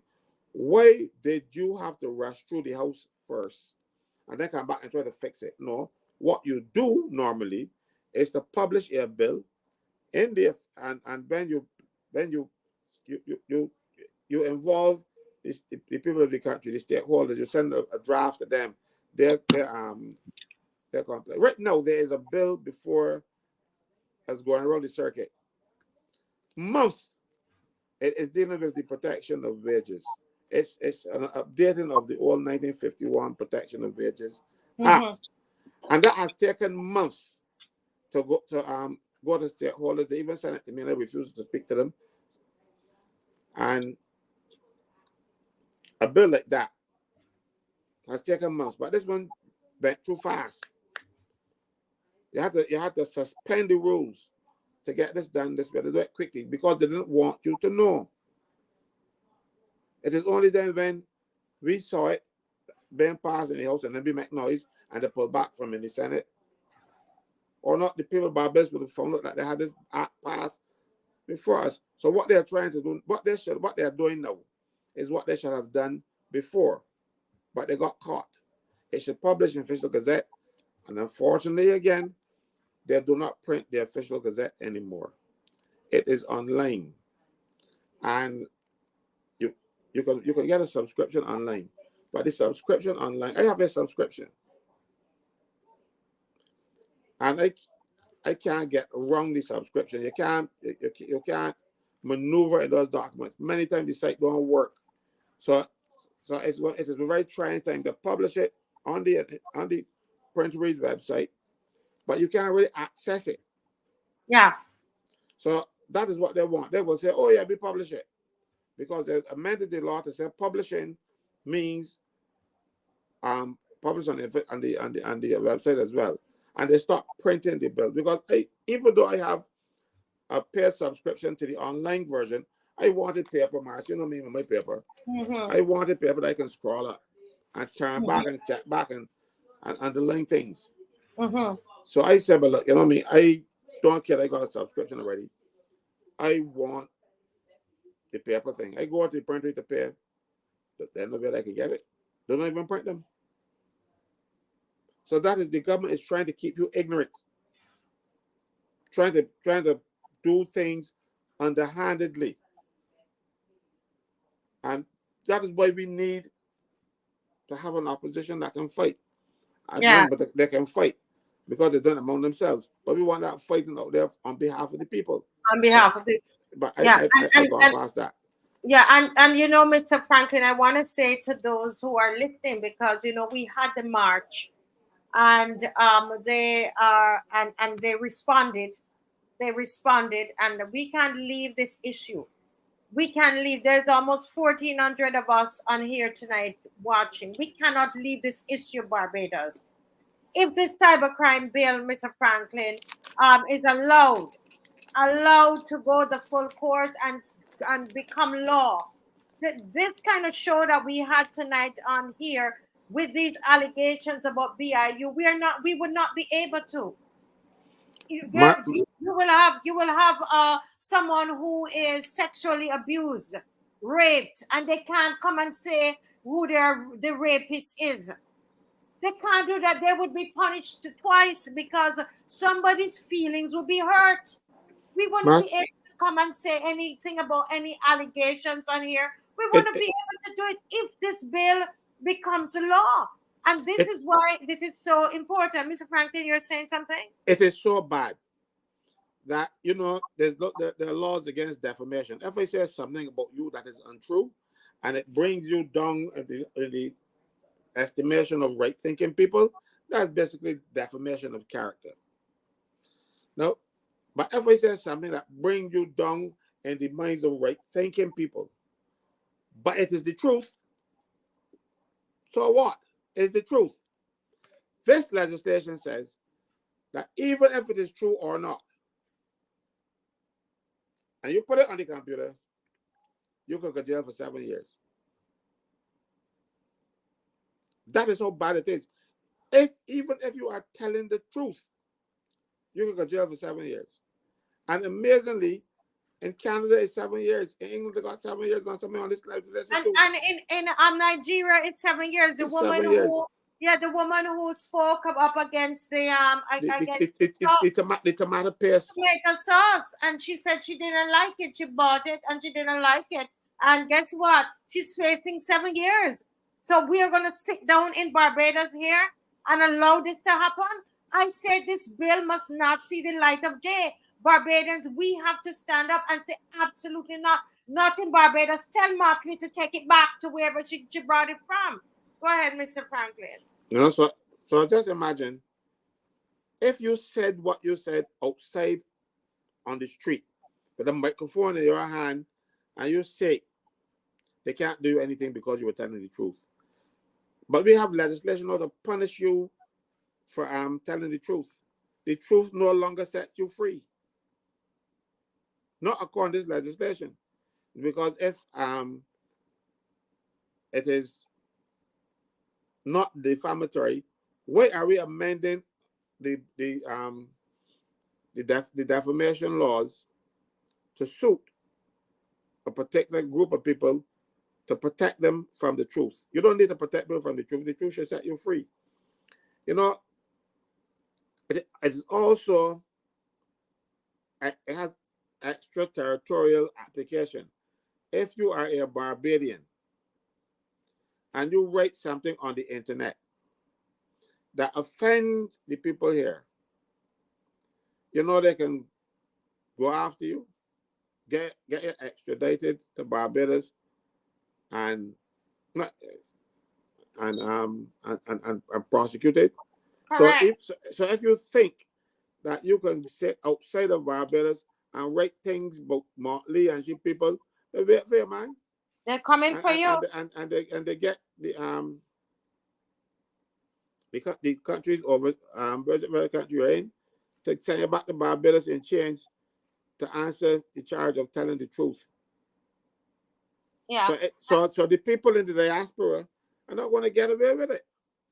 Yeah, they're not. And those of you who are listening, this is very, very serious. And so that we're at this point here, guys. It's a very serious bill.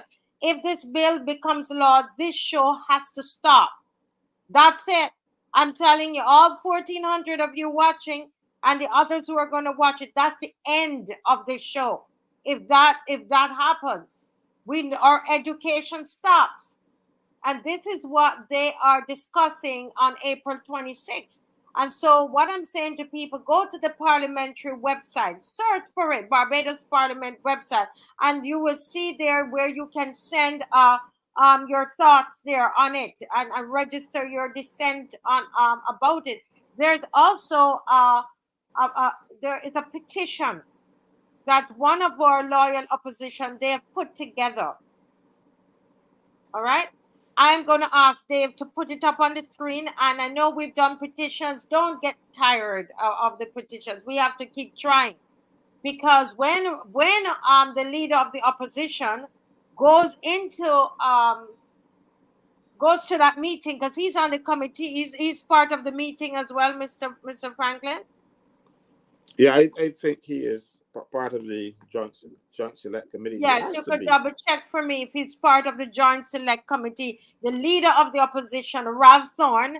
Isn't it great that we have somebody in there to fight on behalf? Can you imagine, Mr. Franklin, if this committee was meeting on the cyber? When I think about it, though, now let me talk in Jamaica now. Think about this thing. Because it's they want to lock up people like myself and Mr. Franklin for 7 years, you know. Can you imagine if Mr. Thorne was not inside of there and they have this joint select committee among themselves and we had nobody inside there? Mr. Thorne is there now, right? And we want him to go in with our thoughts.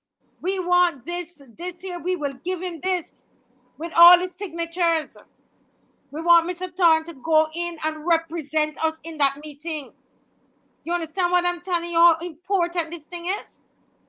This is important, you know. This is what the Prime Minister of Barbados, who cares about Bajans, is doing. This is a Prime Minister who says she cares.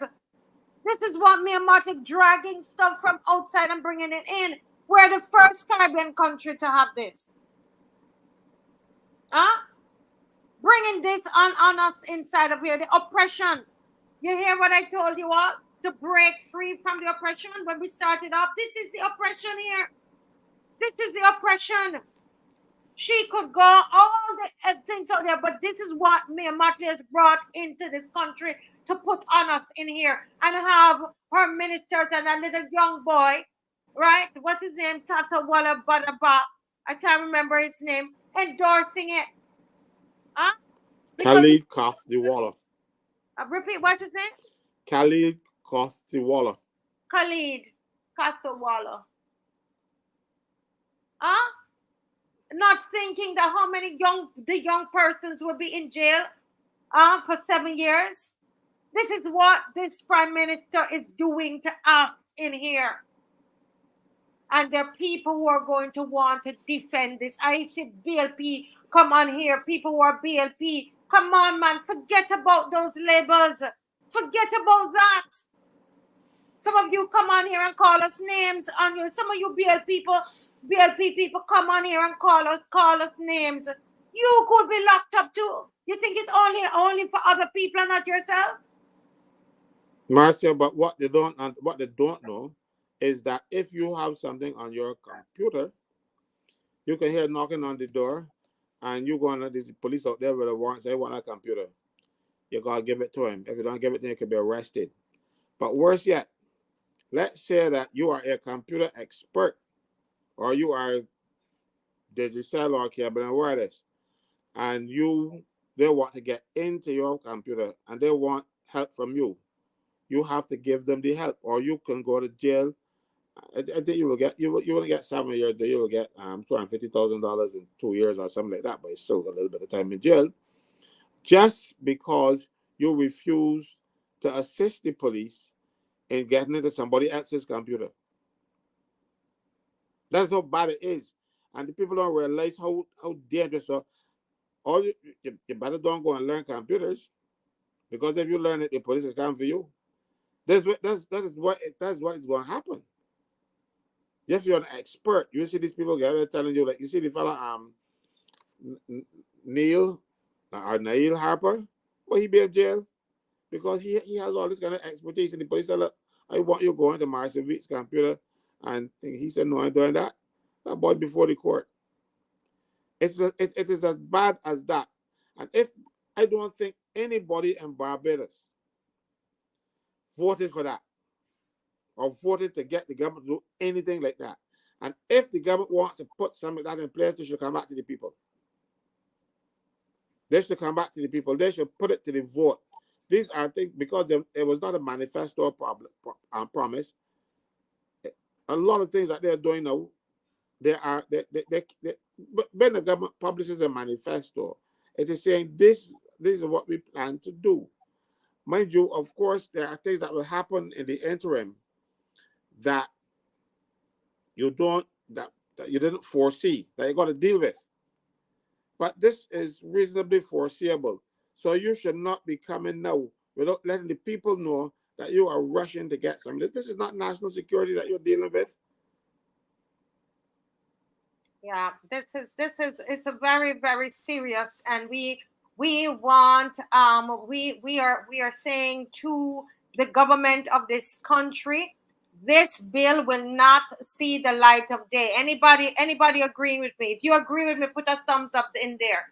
1,400 of us on here, put a thumbs up on here tonight, and we're saying it loud and clear, because that's the last straw in this country. And you can send the show. You send the show, and you let them hear the show, because I'm telling you, Barbadians are not going to stand for that. And we started off the show, Mr. Franklin. I tell the people to do like this: break off the oppression. Break off that oppression and let them know it's a lie. That lie that we are passive, that's a lie. You're going to see it's a lie. And we don't need sticks and stones, Mr. Franklin. We don't need no weapons. We're too intelligent for that. We don't need no weapons. Huh? But that bill will not pass in this country. There is something else I want to say to the people who live in the diaspora.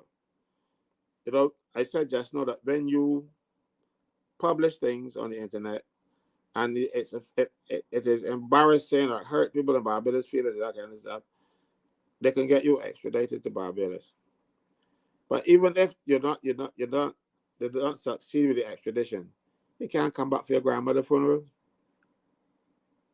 Because you see what happens, you don't sneak in Barbados anymore, We have legislation now that the airlines have to send, before the plane takes off, the names of everybody on that plane, so you can be checked. It gets to Barbados long before you do. And so you can come in and rush to the airport. They know you are coming. They know you're on the way, and they will be there waiting for you. So just imagine, they can't even, your grandmother passed, grandmother took care of you when you went there, and then when you come back, you can't even go and watch. You better put her down, because you write something on the computer that is not against the law normally, but it's against the law if you put it on the computer. These people got to be mad, and they want to defend it. I don't know of anybody that has less character than those people who preside over the destiny of this country and don't ever speak up for the people who put them there. You will hear them, I'm speaking on behalf of my constituents. Which constituent in Barbados want this? Which constituent? I got a young grandson who always on the phone typing up things on TikTok and whatever else they got. Bitch, grandparent want to see their children that they're paid to educate, give them extra lessons to be able to master the computer. And then when you master the computer, you can be jailed for one, putting things on the computer that are not illegal, but offend some person's sensibilities. Or you can have the skills to get into somebody's computer and you refuse to do it, and you can go to jail for that. That is what this government is imposing on the people of this country. And it seems as though it was so heinous that they didn't want the people to find out. We on this show brought it out. And now that it is out, they're scrambling back talking about Joint Select Committee. Joint Select Committee contrary to the rules of the Parliament. They want it. They have their mission. They have their mandate. Correct, Mr. The Franklin. people tell them this is what you got to go and do in Barbados. We want to see it work in Barbados first before we implement it all over the place, just like every other thing they're doing. Yeah. Because a lot of these bills are not homegrown. They are sent to us for these people to implement against us. Barbadians, stand up. Stand up. Mr. Franklin, somebody on here says, Hurricane Writer says, and I want to look in the camera on this, and I am saying this here. How much pain will you take, Babe Jones? How much more pain? No more. I went to bed last night, Mr. Franklin, thinking about this country. Asked my husband, I got up this morning and a little heavy. I thought about Barbados and the oppression that we are under in this country. Mr. Franklin, have you ever sat and realized that we are the most taxed country in the Caribbean? Well, I saw a thing in the internet, somebody was circulating, they're talking about the highest cost of living in the world, and Barbados was number 2.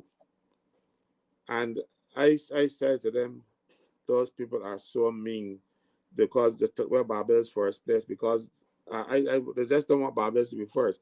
Barbados is probably the most taxed, the highest paid, there's everything. It is the highest taxed. We're taxed. Barbadians, go and check it out. We're intelligent enough to go and check this out. We are most taxed than any other Caribbean country. Do you understand the level of oppression that we're living under?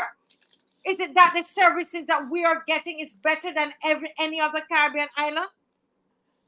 Think about that. They're going to tell you about education, and they're going to tell you about free health care, that if you get sick and go to the QH, you know that you're dead. Huh? Think about the service that we are getting in here. Look at our water bill. Look at our water bill. Huh? In Trinidad, they pay water every 3 months. They pay water bill. And our water bill, the taxes are higher than the charges for the water. That's the kind of oppression that we have inside of here. Huh? And the lady asked how much more we can take. No more. But what's Marcia? I'm glad you mentioned that, because I wanted to raise this up other night, but the program was so hot that we keep going, and some of the things I want to talk about, I let them stay back because the show is really going really good. But I want to mention this to people now because I was in the paper and it was all over the place. We had a situation where they're taxing your pensions, right? You would have seen it in the news, and people talk. That is double taxation. They ask people, they encourage people to say, well, look, if you want to maintain the standard of living that you had, that you're accustomed to, national insurance will not cut it. So they encourage people to get involved in pension plans, and they give them a tax break. So that if you buy into a pension plan, the money you put into the pension plan will not be taxed. They also did it for national insurance. National insurance contributions were taken out before you apply the taxes. Mm-hmm. Under Sinclair, that was changed. So now you pay taxes on the full amount of your salary. including the money that you are going to put in to the pension plan. So you put money into the pension plan, money that was already taxed. And then when you're getting it back, they're taxing it again. So you're paying two taxes on that money. And I don't know how anybody could believe that that is fair. I could understand if you didn't pay the tax up front, when you get the benefit at the back end, they will say, well, you ain't paying the tax up front, so we're going to pay some. No. But you can't tell me you make me pay taxes on the money. I put it down as a saving. Well, all that, you see, it is not easy for a fellow to open a bank account and put money in every month. Because that's the only way you're not going to be, and mind you, if you get interest on that, you're going to be taxed on that interest too.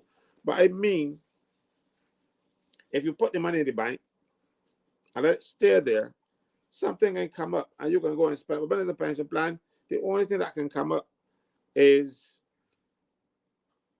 a mortgage.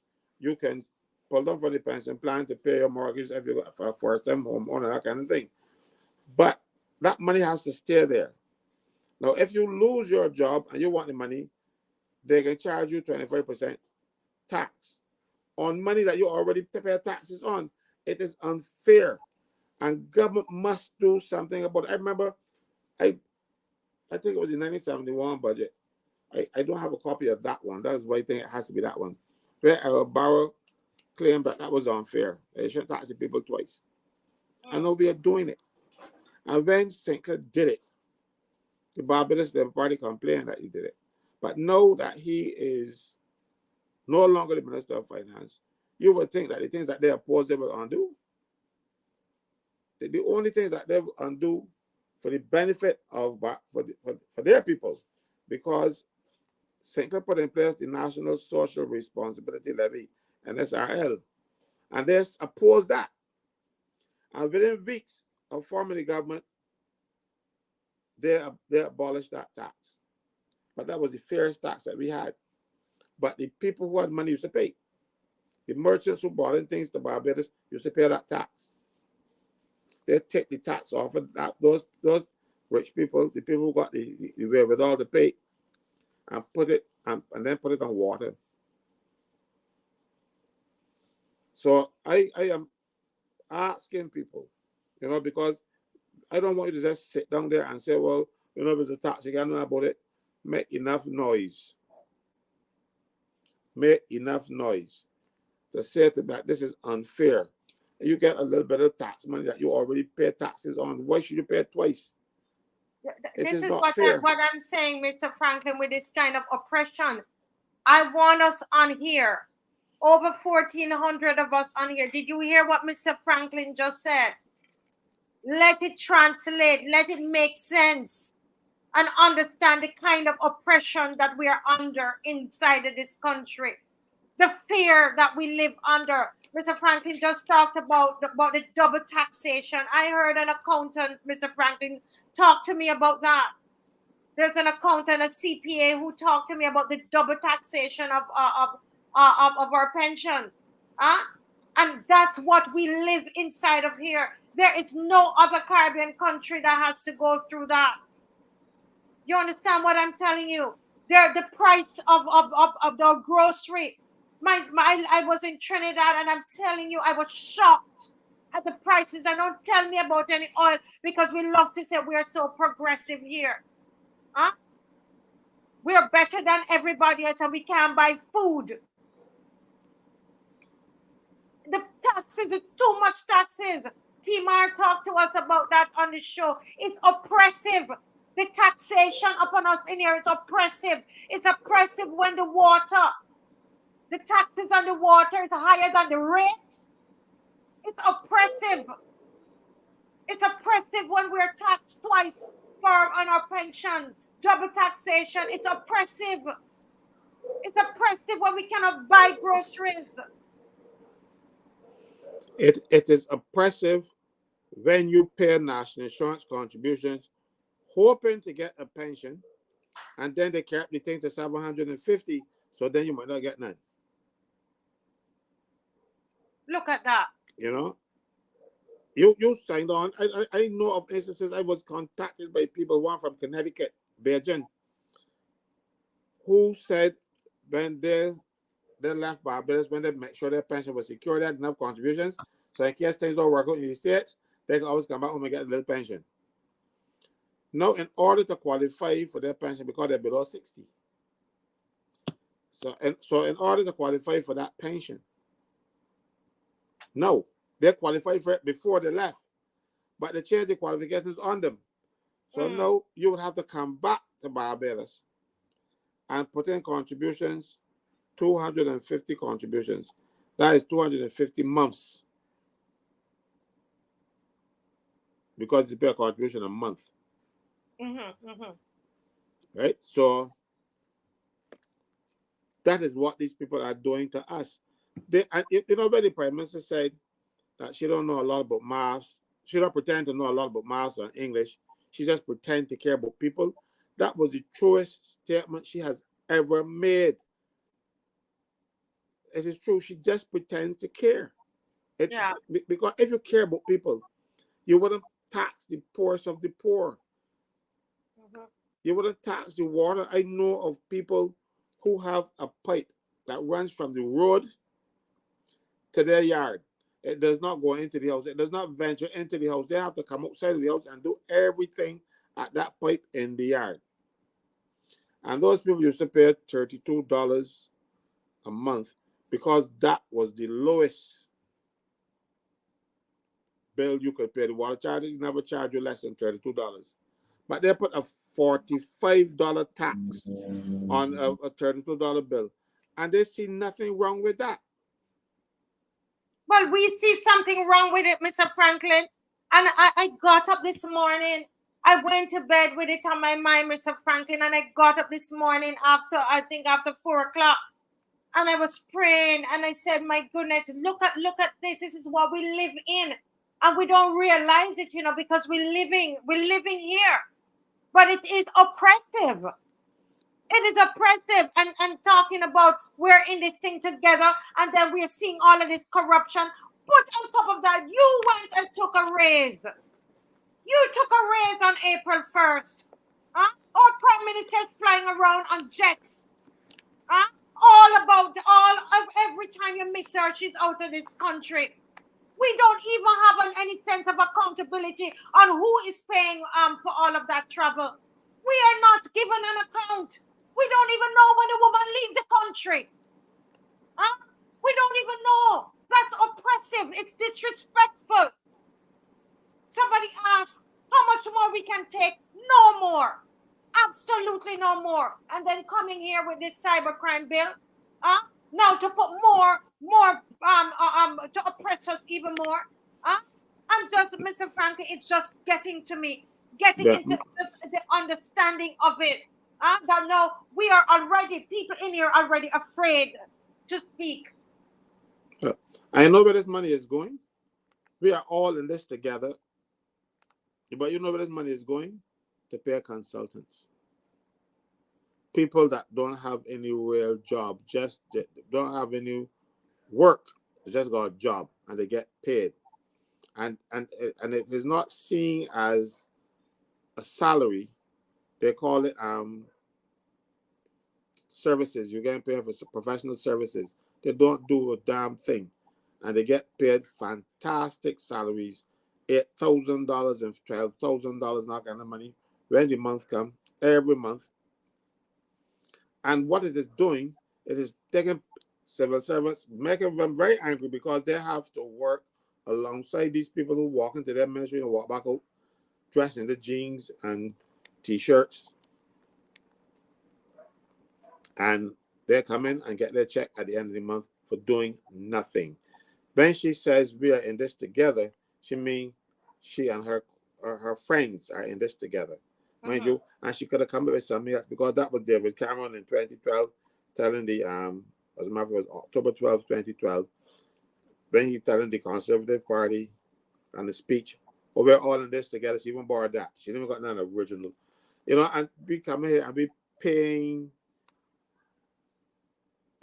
taxes, too much taxes to pay their friends. And every time somebody raised their head and they says, "Oh, I don't like me monthly." She says, "How much you want to like me?" Because she paying off everybody. She paying everybody as soon as you stand up to her. And of course, somebody asks, "How come she ain't pay me?" She didn't pay me because I wouldn't take it. Don't anybody fool you. I have my offers too. And she has never denied it. This years I've been telling people that she offered me all kinds of fantastic salaries. As a matter of fact, if I had taken the first offer, I would be the highest paid civil servant in Barbados. Right, because she wants to pay to shut you up, which is the cybercrime bill is to shut us up, Barbados. Barbados, it is to shut us up. They were trying to shut up Mr. Franklin with paying him. Paying him. I'm trying to give him a job, and here we go again. And I'm seeing on the screen here, Mr. Franklin, this is another oppressive thing that they're doing us in Barbados. They don't want us to talk about it. The cybercrime bill will not allow us to talk about the fact that the healthcare system is in a horrible condition. They brought this Englishman in here to try to fix whatever, as though he is, he has all the whatever. He's gonna, bring a wand and it's gonna change. The healthcare system does not need a foreigner to come here and fix anything. It needed supplies. It needed injection needles. It needed equipment. It needed those machines, those medical machines that you use. Because many times you go to the hospital for work and they have to send you in Belleville to some private clinic to get the work done. And even hospital patients. Now, if you are a private patient and you go to the hospital, they have the facility, you got to go to Belleville. The hospital then has to turn around.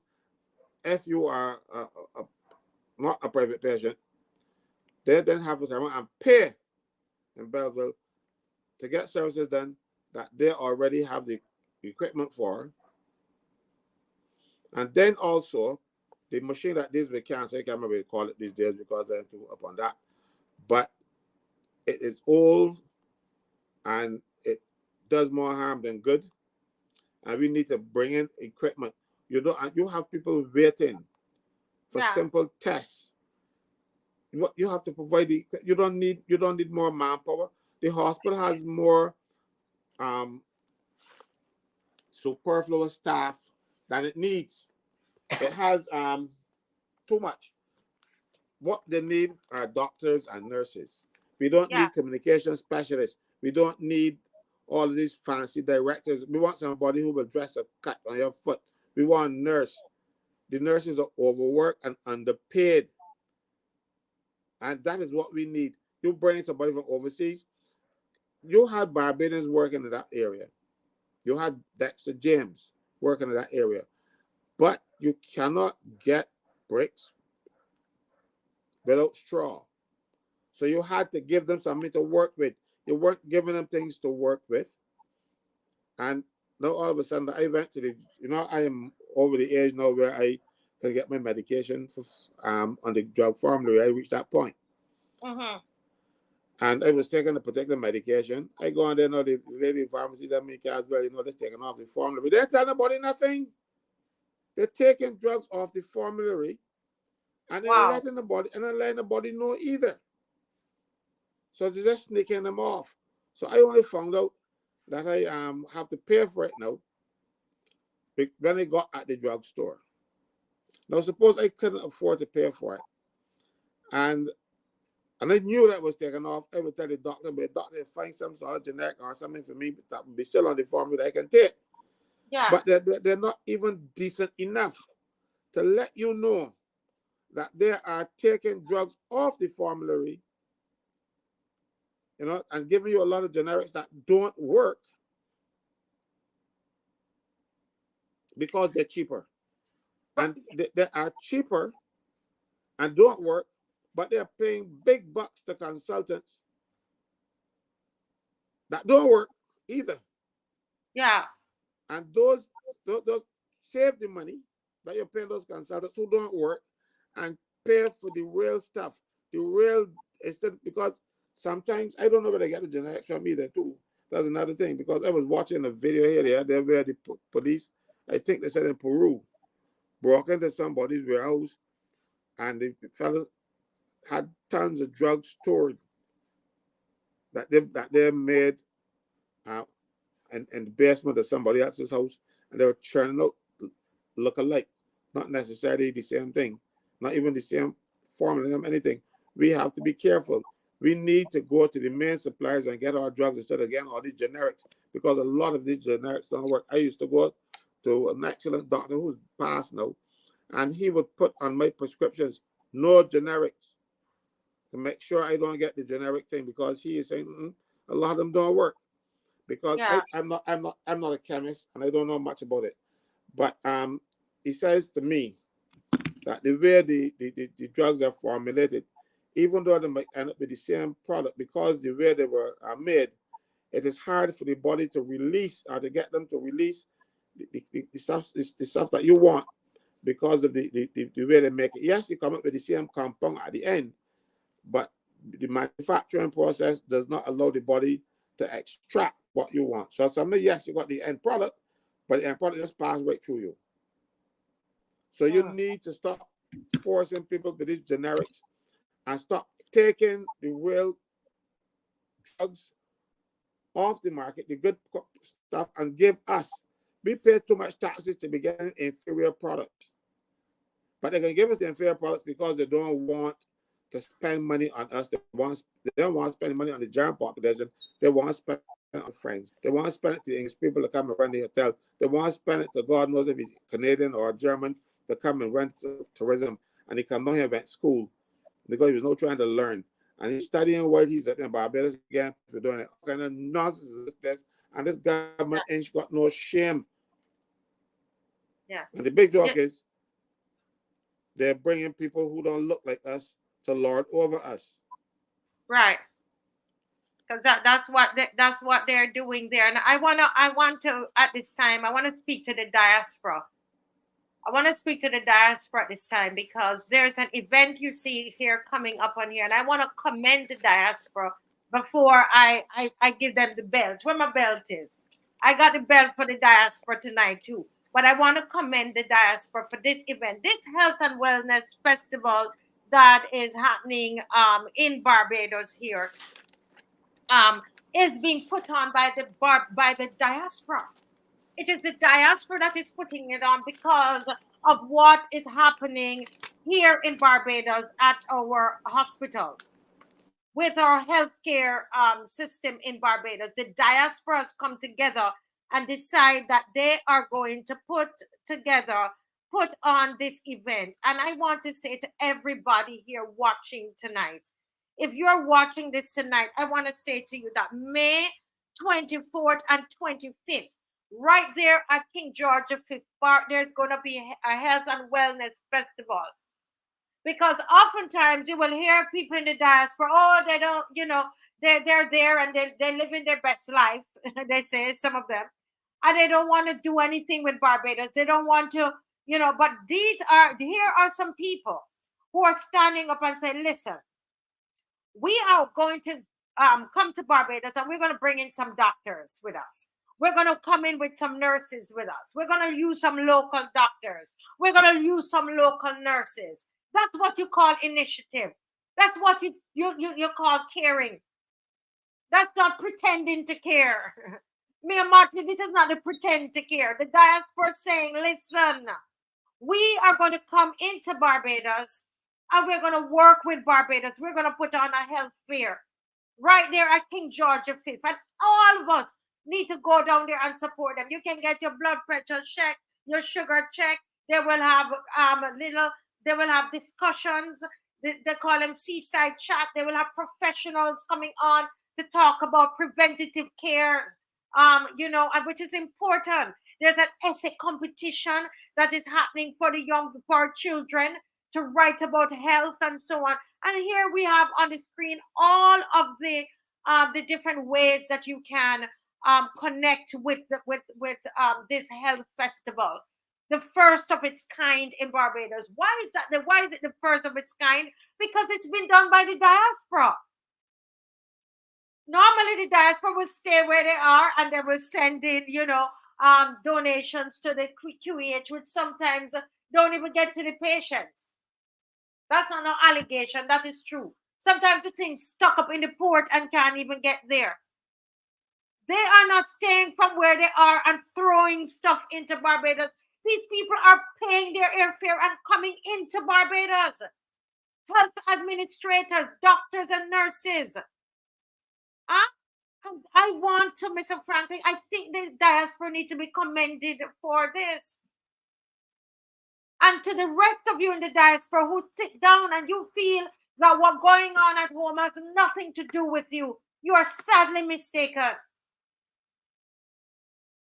What if something happened where you are, where you're now living, and you have to come back to Barbados? What are you coming back to? And that's why I commend this group of persons in the diaspora who are putting on this event. And the park, it is going to be at the King George the Fifth Park, right? And a lot of prizes. I'm seeing here that there's going to be a lot of prizes. Where is that? Yes, a lot of prizes for the children as they write essay. They have the seaside chat. They have a GoFundMe that they're raising money to buy, stuff for those who are not well in Barbados. And I think the aim would be to bring in equipment, some of the things that we need at the hospital. I'm saying this is where I'm definitely going to be at this event, because this is the kind of initiative that we need. We are saying we don't want any more oppression, but we don't just want to talk about it. We want to do something about it. Yeah? We want to do something about it. Right? Mr. Franklin, I don't know. I hope you're going to attend this event, Mr. Franklin. I have every intention of doing so. It's just that I will not get my blood pressure checked or anything like that. I'm a hypochondriac. And once you take my blood pressure, once I get in the crowd and they start taking pressure, might go up. So I will go, I will attend, I will see what's happening, but I'd like to get my pressure checked in a controlled environment, It's a quirk. I have what they call this white coat syndrome. See if I have a white coat. The doctor's got to check my pressure twice, or 3 times. They check my pressure when they first come in, and then let me sit over a little bit, and then my pressure is normal. But I don't do it. It just happens. So I will go, but I have that little quirk. But I'll be there. Yeah, I want to say to those in the diaspora, thank you, Calvin, and others in the diaspora. If you want to connect with this, I wish they could put a number. Those of you who are on the planning team in the diaspora, and you want to put the number, the connection there, that, we just had up all of those numbers there, I think, and those.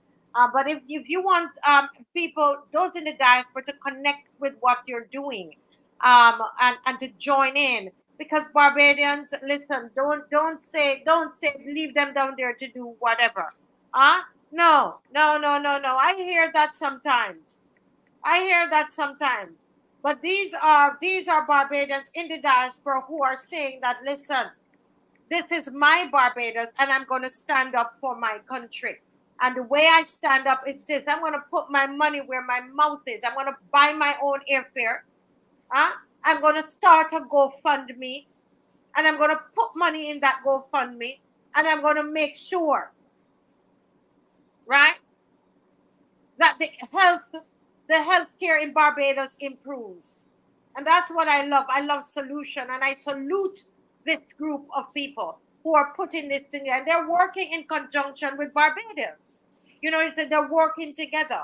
It's not a big eye, little eye, everybody working together. They are not pretending to care, and they're not staying where they are and throwing money at the situation here in Barbados. They're taking a plane and coming to Barbados. Now that is amazing. And I want to say, those of us here, listen, we should be able to cook some food for them doctors. Mr. Franklin, cook lunches and bring up there for the doctors and nurses that are coming in. We should make sure that we have that all done. Yes. So please support. Come out. This is really commendable. And there's a Facebook page. Yes, DLBs, I think it's a fantastic initiative. Yes, yes, yes. Health is our wealth. Yes, yes. Yes. They need some claps for that. They need some claps for that, right? They need that. They need, yes, and the rest of you in the diaspora, pass this along to other people. Pass the show along. Send the show around. We need your expertise. Those of you who are over there and you would have experienced other things. We need you here. We need you here. You know, for the cybercrime bill, there we had up the, let's see if we can put back up that the cybercrime bill again, folks. When you see the cybercrime bill, when you see that petition, I want you to, we only have a week, you know, Mr. Franklin, because this thing we have to submit by the 26th. So just this weekend. Yes, so we are asking that the bill be amended, removed, right? And Mr. Franklin, did you hear that they are having some human rights? I didn't even read the thing properly. Is happening in Barbados. Is it a convention? Does anybody know what that is? They're having it. And go ahead, Mr. Franklin. Can't hear you. No. I said I didn't hear about it. Somebody sent me a human. Somebody sent it to me, and if you're that person, you can just send it back to us. Yeah. Send it back to us. Send it to us. So that but they're trying to take our human rights. You see, this is their human rights. You know, they want to. They think that sexual rights, as they call it, is only it's the only human rights. You know, that's the only human rights this government, Mr. Franklin, you know, will uphold. The only human rights that they stand up for, this government, this BLP government, the only human rights that matter in here is the LGBTQ rights. No other human right matter. They treat the Rastafari group like crap. They have no human rights. Their religious rights are taken from them. Huh? All of that happened in here. The only rights that's this BLP government. Right? The only rights that they sanction and will say, let it flow in here, is the LGBTQ rights. No other rights matter. No other rights. Huh? The only archaic law, Mr. Franklin, the only archaic law, one of them. You see how we had to fight to get that archaic law of wandering off the books? You remember that, Mr. Franklin? I well remember. We had to fight to get that archaic law of wandering off the books. Huh? And quickly the Buggery law came off the books without even us knowing. We were in here and we heard it. I'm not saying that the Buggery law needed to remain. Hear me well. But what I am saying is that you see how quick that came up. So what about this? Yeah, go ahead, Mr. Now, what I want people to realize is that I heard the Attorney General saying that it was not the government that did it, it was the court. That is 95% untrue. Lies. The courts finally made the decision, but that's because the government amended the Constitution to force the court to interpret it that way. All right. So when he is saying, "Oh, the government didn't do it," the government didn't go and say we move a motion or a bill in the House to repeal these laws. What they actually did was to amend the Constitution. Actually, the exact thing was Section 26 of the Constitution that they amended to say to the courts, well, this henceforth, this is how we want you to interpret the law. So the courts have to follow what the laws are passed in Parliament. So when they interpreted it the way the government wanted them to interpret it, the way they changed the law to get the government, the courts to interpret it. And then he's saying, oh, it wasn't us, it was it was the thing. It's like somebody putting a gun to your head and tell you, if you don't shoot so Right. we're gonna shoot you. And I think it's not even a thing where even people that feel like the law was archaic, because I mean, I'm saying there are other laws there that are archaic. Like, I mean, I wonder if anybody ever realized that the slave code, that slave code, Mr. Franklin, is still there on the books. Where we're 3/4 human. 3/5, 3/5, 3/4 what? Not even 3/4, 3/5 human, right? It is still there. There's so many archaic. This is what I'm talking about. The kind of oppression, Mr. Franklin. It's in my bones. It just riles me up to think that this is how we're living. And this cybercrime bill here, is to shut us up and to further try to take our human rights from us. The right of freedom of speech. Marcia, now that you mentioned that about archaic laws, there's something I want to talk about in the program for a long time. Yes. And right now we have in our country something called a public trustee. If you are responsible for the funeral of somebody, you don't have the money to pay for it, and wait till the estate is prohibited, or if that person has a will, or until you get letters of administration, you can approach the public trustee, who will say to you, well, we will give you, they will give instructions to the bank to pay you the amount of the funeral bill, or pay it directly to the undertaker, whichever the case may be. However, there's another aspect of the public trustee.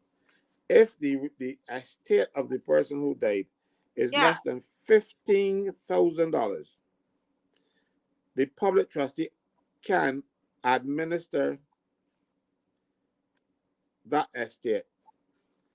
The reason being is a small estate, and if you have to go through the process of letters of administration, when you get paid all the advertising for the court and want you to do, and pay the legal fees and all kind of stuff, that $15,000 will not, unless you got 2 or 3 children, that $15,000 is only about $2,000 to each of them. Wow. That law was in place since 1948. And that figure has not changed from 1948 till now. Now, an estate, I don't know how to calculate these things. They say if something is valued at $15,000 in 1948, in 2022, it will be valued, but certainly won't be valued at $15,000. So I am saying to the government that they should amend that piece of legislation so as to bring the value of the small estate, because a small estate in 1948, a small estate was $15,000. It can't be $15,000 in 2024. Right. And that will help poor people. Again, that might be one of the reasons why the government might not be doing that, is that you got to pay legal fees when you get the small estate administered, then it's over $15,000. And if it is a small estate, the lawyers get, so that's finding work for the lawyers. But this $15,000 estate and the small estates, the public trustee as a public officer does that work for free. So you will not have to pay out all those fantastic costs. Yes, you're going to pay for the advertising in the newspaper that says that the person has, but that's $200. Right. That the person has applied for this thing, and anybody got a claim, you got to make your claim within a particular time. Yeah, you got to pay $200 for that. I'm going to ask so is the price now. But it certainly cannot remain at $15,000 from 1948 till now. It should not. I don't care how many lawyers you get in Barbados, and you go trying to find work for them. It should not be on the backs of people of little or no means. Yeah. And a lot of this money is left in the banks because the person don't got the family ain't got the wherewithal to go after it. Because when you hear how much the lawyers are in charge, it doesn't make sense going after the $7,000 or $8,000 that the body left back in the bank. It's because you can pay the court a hell of a lot more than that, and the lawyers a lot more than that. So why would they go to the court to get money and then they don't get none? They can only go to legal fees. So that is something that the government needs to fix. But it's almost archaic. It is $15,000 back in 1948. It should not be $15,000 in 2024. Public trustee is the Solicitor General of Barbados. Most people will not be aware of that because they don't use them. I am aware of that post because I used to be the clerk to the public trustee many years ago. But you see, and something like that, they don't sit down and look at that and see how you would need to change that. You see what I'm saying, Mr. Franklin? They go ahead and they put up, they decide that, it doesn't have anything to do with LGBTQ, so that nothing will be changed there. You see, and that is what we are talking about in here. Nobody's here wanting to oppress any group of persons. I know I'm not about oppressing anybody. I believe that, listen, we've been living with people of all kinds of different persuasions. They've been living here, and so I it just look at something like this. Why isn't this changed? It's archaic.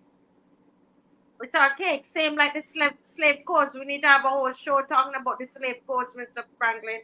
That still says we're 3/5 human beings.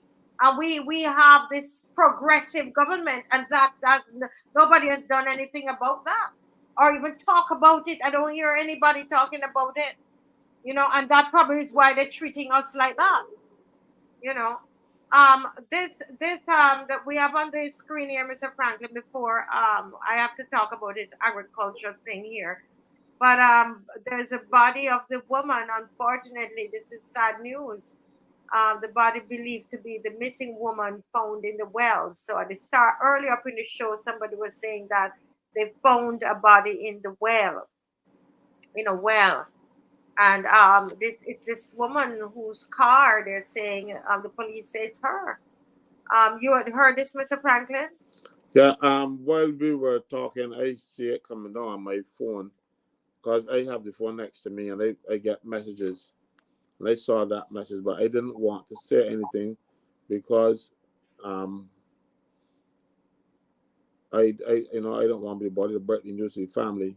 But now they're saying that the police has made the disclosure. Well, the family has my sympathy. I'm very sorry for their loss. It is not easy. When you have a person who is well, hale and hearty, as they say, and then they're cut from this life by some foul means. It ain't easy, so I can say to them that they gotta trust God and the remaining family keep each other together. Yes. My mother died at 91 years old, and I'm still affected by it. And she didn't die tragically. She was ill, and then she passed. So you see, it isn't easy to lose a loved one. Even as I said, my mother was 91, and I'm still affected by it. So they have my sympathy and my prayers. Yeah. So we just wanna send out our condolences to the family of this woman who was seemingly she was coming from work, not a party. She was not partying. That's the reports in the newspaper, And so we just want to send out our condolences to the entire family, our prayers. Yes, it's very sad news. It is very sad news, you know, and this is a kind of this is what we are living in. And I believe it is us as a citizens. We have to rise up and say no more. Absolutely no more. It's us. Somebody asked, I repeat it, they say, how much more of this are we going to take? You know, so we really need accountability, and this crime situation, you know, needs to be dealt with, you know. So yeah, Yeah, yes, but it was sent to me at 7:52 when yeah, Starcom was reporting that it was believed to be her. yes, yeah. You know, so we will listen out to hear. You know the family, Mr. Franklin. No, I'm not aware of who they are. I just saw the reports. Yeah, but yeah. Yes, folks, I'm really sorry to have to break that kind of sad news. We don't really have that kind of sad news on here. We have so much, all kind of roller coaster of emotions tonight, boy, on this show.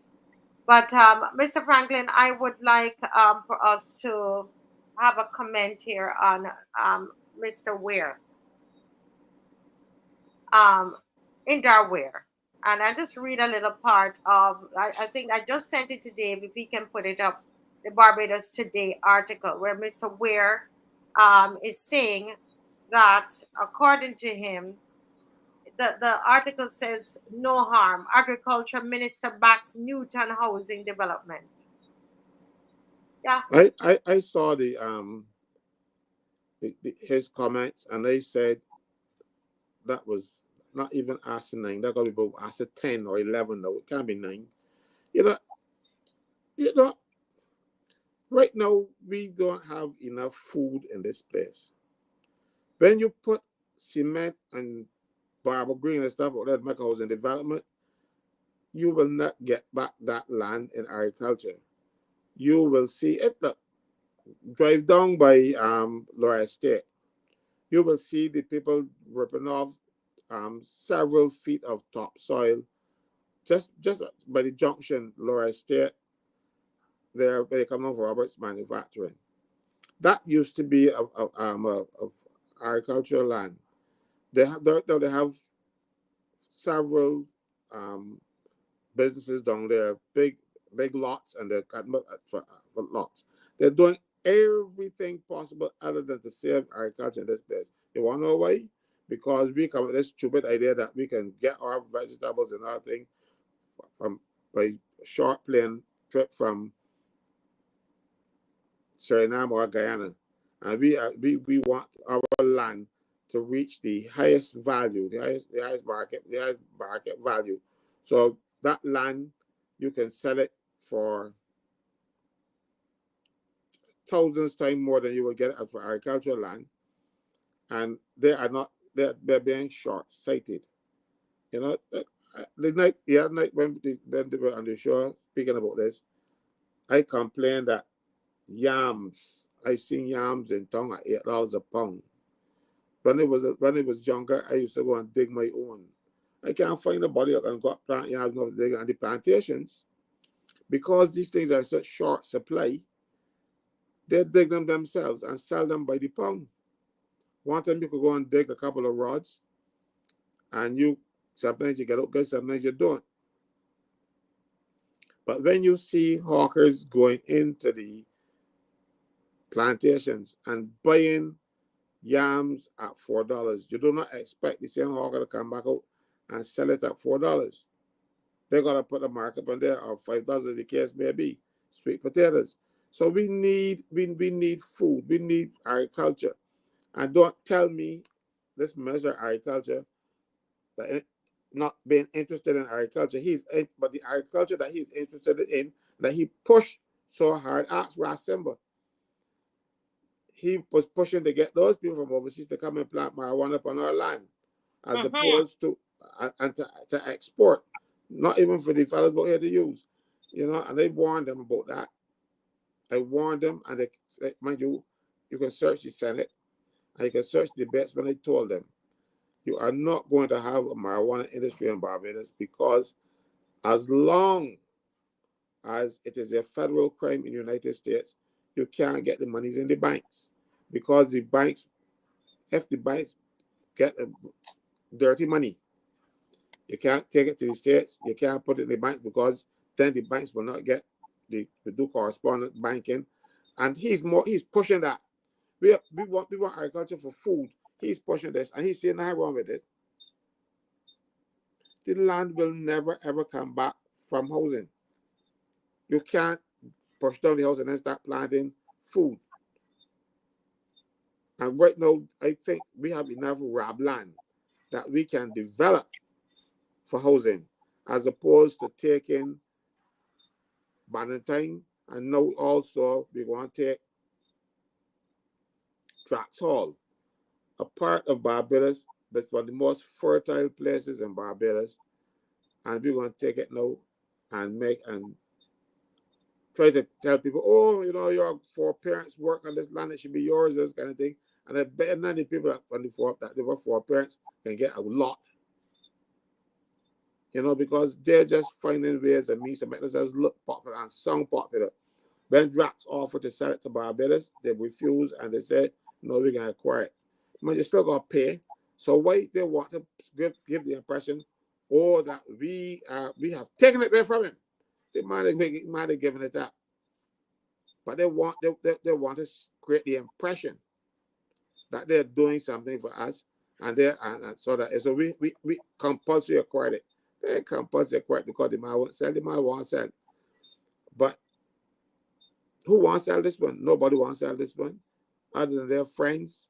So they can take this land, put it in housing, and then food can skyrocket, because that land, as we speak, still got canes on it.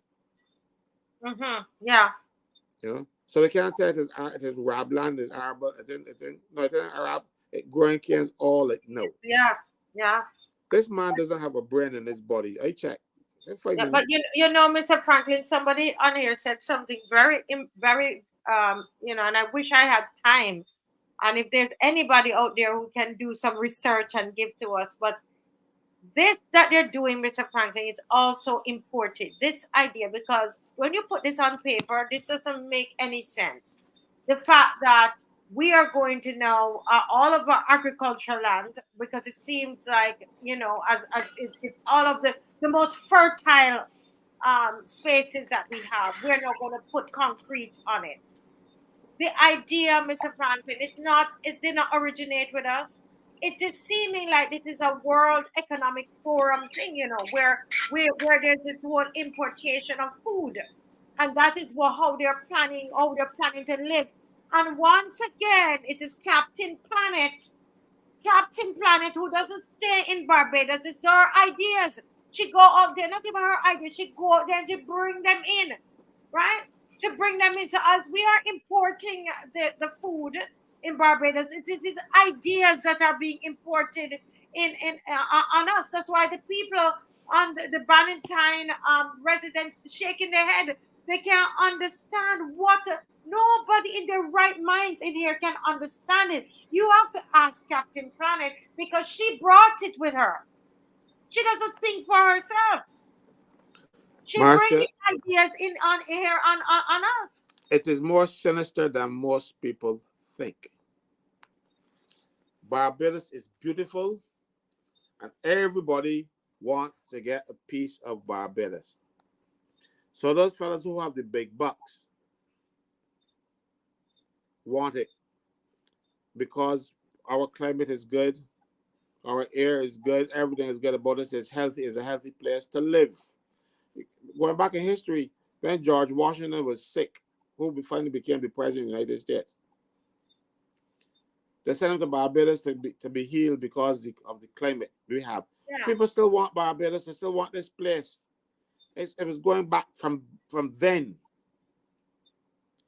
So in order to get Barbados, they don't care about agriculture because the kind of money they got, they're going to import their fruits and vegetables and whatever they got by plane load every time. Even they import the flowers.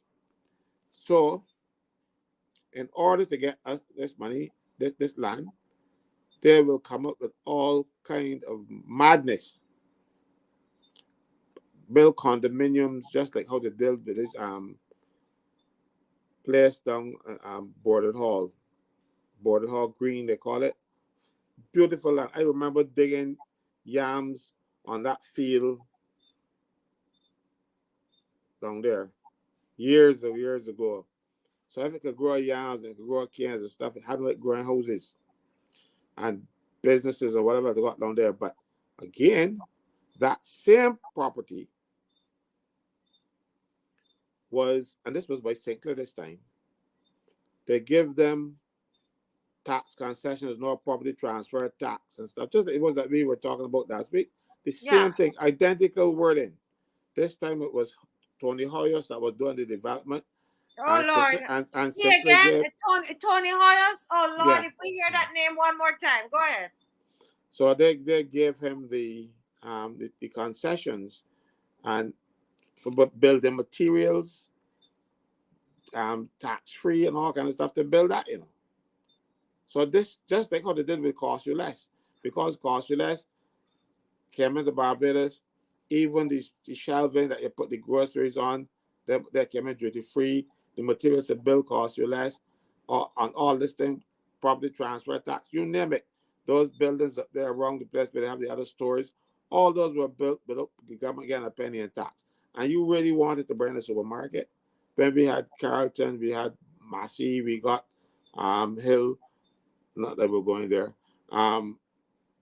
Popular, you know, and then Popular didn't get any tax benefits, but you bring a foreign national in and give them the concessions to compete with our local people. They're nothing Einsteinian, hope that's a word, that you need to do to import groceries and sell them. You know, but now they turn around now and they're doing the identical concessions that St. Clair was given to those people in Border Hall Green. Now we are getting the same things happening here under this administration. And you'll be surprised, you know, when you think that St. Clair was opposing this government, you know, he was helping out because you know who Tony Hoyos was related to or who was his significant other. So he was helping out the BLP people. No one to get a job now under Motley, you know, because that job that he has, the government of Barbados must approve it. Mm-hmm. So this you gotta be careful with these politics and politicians. I am speaking from documents that that truck again, Marcia, the fellow would not tie down that equipment, that thing, you know. and as a result, they blow off. I gotta be there running about behind a lot of papers, burning about the place, trying to stop them from littering the place. But you know, I'm a citizen of Barbados. I want to keep our place clean, so I just gather up these papers when they blow off the truck. And sometimes when you read them, you'll be surprised. Let me see if I got one here. No, but that is the problem. I have them. I have some of them here. But you know, because they blow off and it was raining, some of them didn't come out very good. But I can see if I can find one here for you. These concessions were tax incentives to Border Hall Green. And it says, Mr. Tony Hoyos, Director, Border Hall Green, care of the Plantation Complex, St. Lawrence Main Road, Christchurch. And this was a letter dated on April 2nd, 2014. It says reference is made to previous correspondence of even reference dated March 30, 2012 concerning the caption matter. Mm-hmm. I have been directed to inform you that the Minister of Finance and Economic Affairs has granted approval for the extension of the concessions initially approved in the ministry above mentioned correspondence for construction of Border Hall Green project from January 31st, 2014 to September 30th, 2014.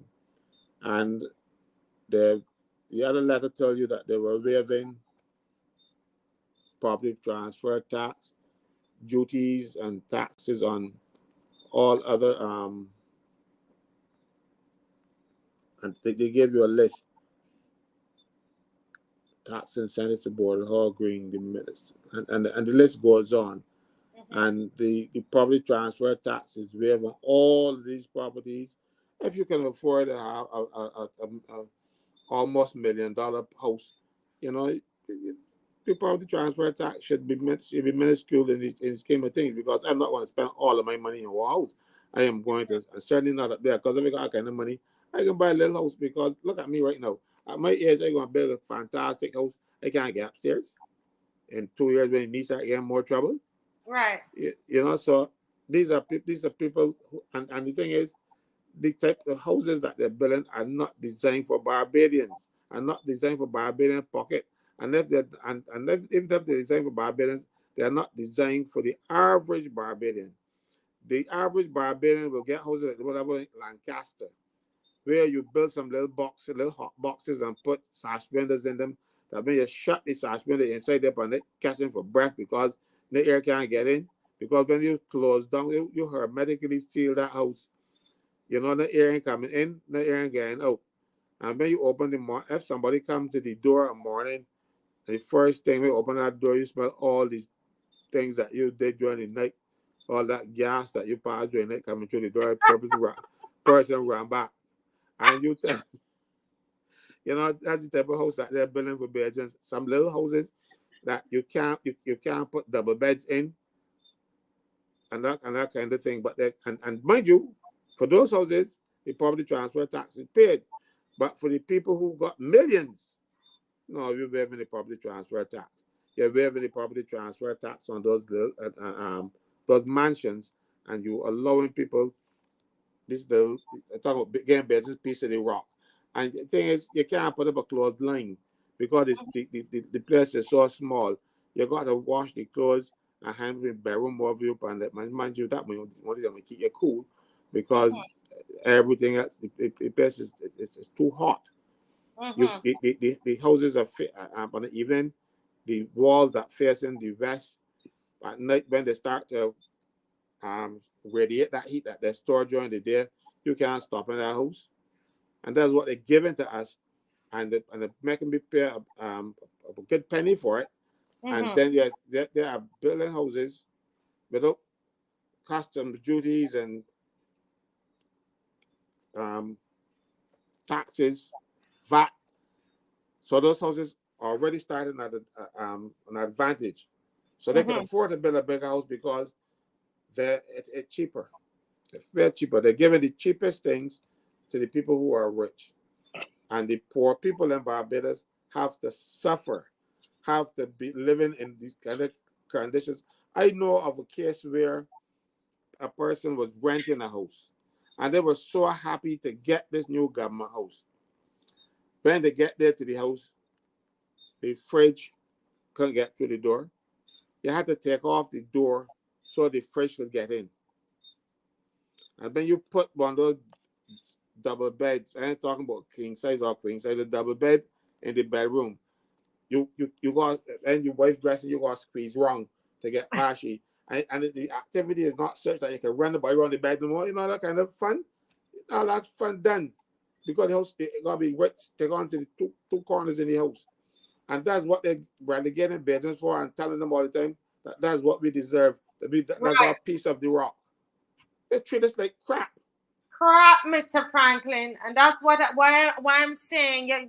This is the part, Mr. Franklin. Let me say something here, because for some reason it is getting under my skin. You know that I see that, Mr. Franklin, and they want us to feel happy about it.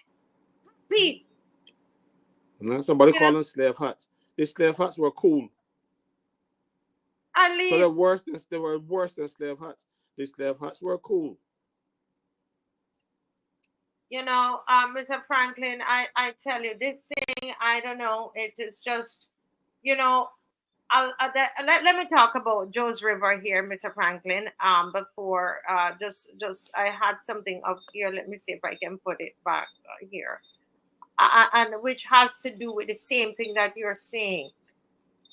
Where they want us to, it's like they want to push us inland, away from the water. The same way how they give us a little tiny house, we have to go outside and squeeze and come back in and make us feel like it's something great, and it is our, our piece of the rock. You own a piece of the rock and paying an arm and a leg for it. It's the same principle here, Mr. Franklin, with Joe's River. It's the same kind of principle. The principle is this, that we don't deserve anything good. You understand that, Barbadians? That's what they want to tell us. That we don't deserve anything good. So Joe's River, the place that we go and you get all the solitude and the wellness and all of that we're getting from that we get from Joe's River, right? We don't deserve it. And so that's why we're going on the hike on the 29th. April 29th, 5:45 PM. We are PM up there. It's AM. No, don't come PM. Do not come PM. If you come PM, the hike, everybody will be home. Everybody will be home. So it's 5:45 AM. 5:45 AM. It's Joe's River hike and cookout. And I'm definitely going to be there. Joe's River hike and cookout. All these initiatives, I am going. I'm not going to sit down in my house and talking about, I come on here and I talk and I don't support. I'm going to the health festival, and I'm going to this Joe's River hike and cookout. Because, well, I don't know. I am going to the cookout.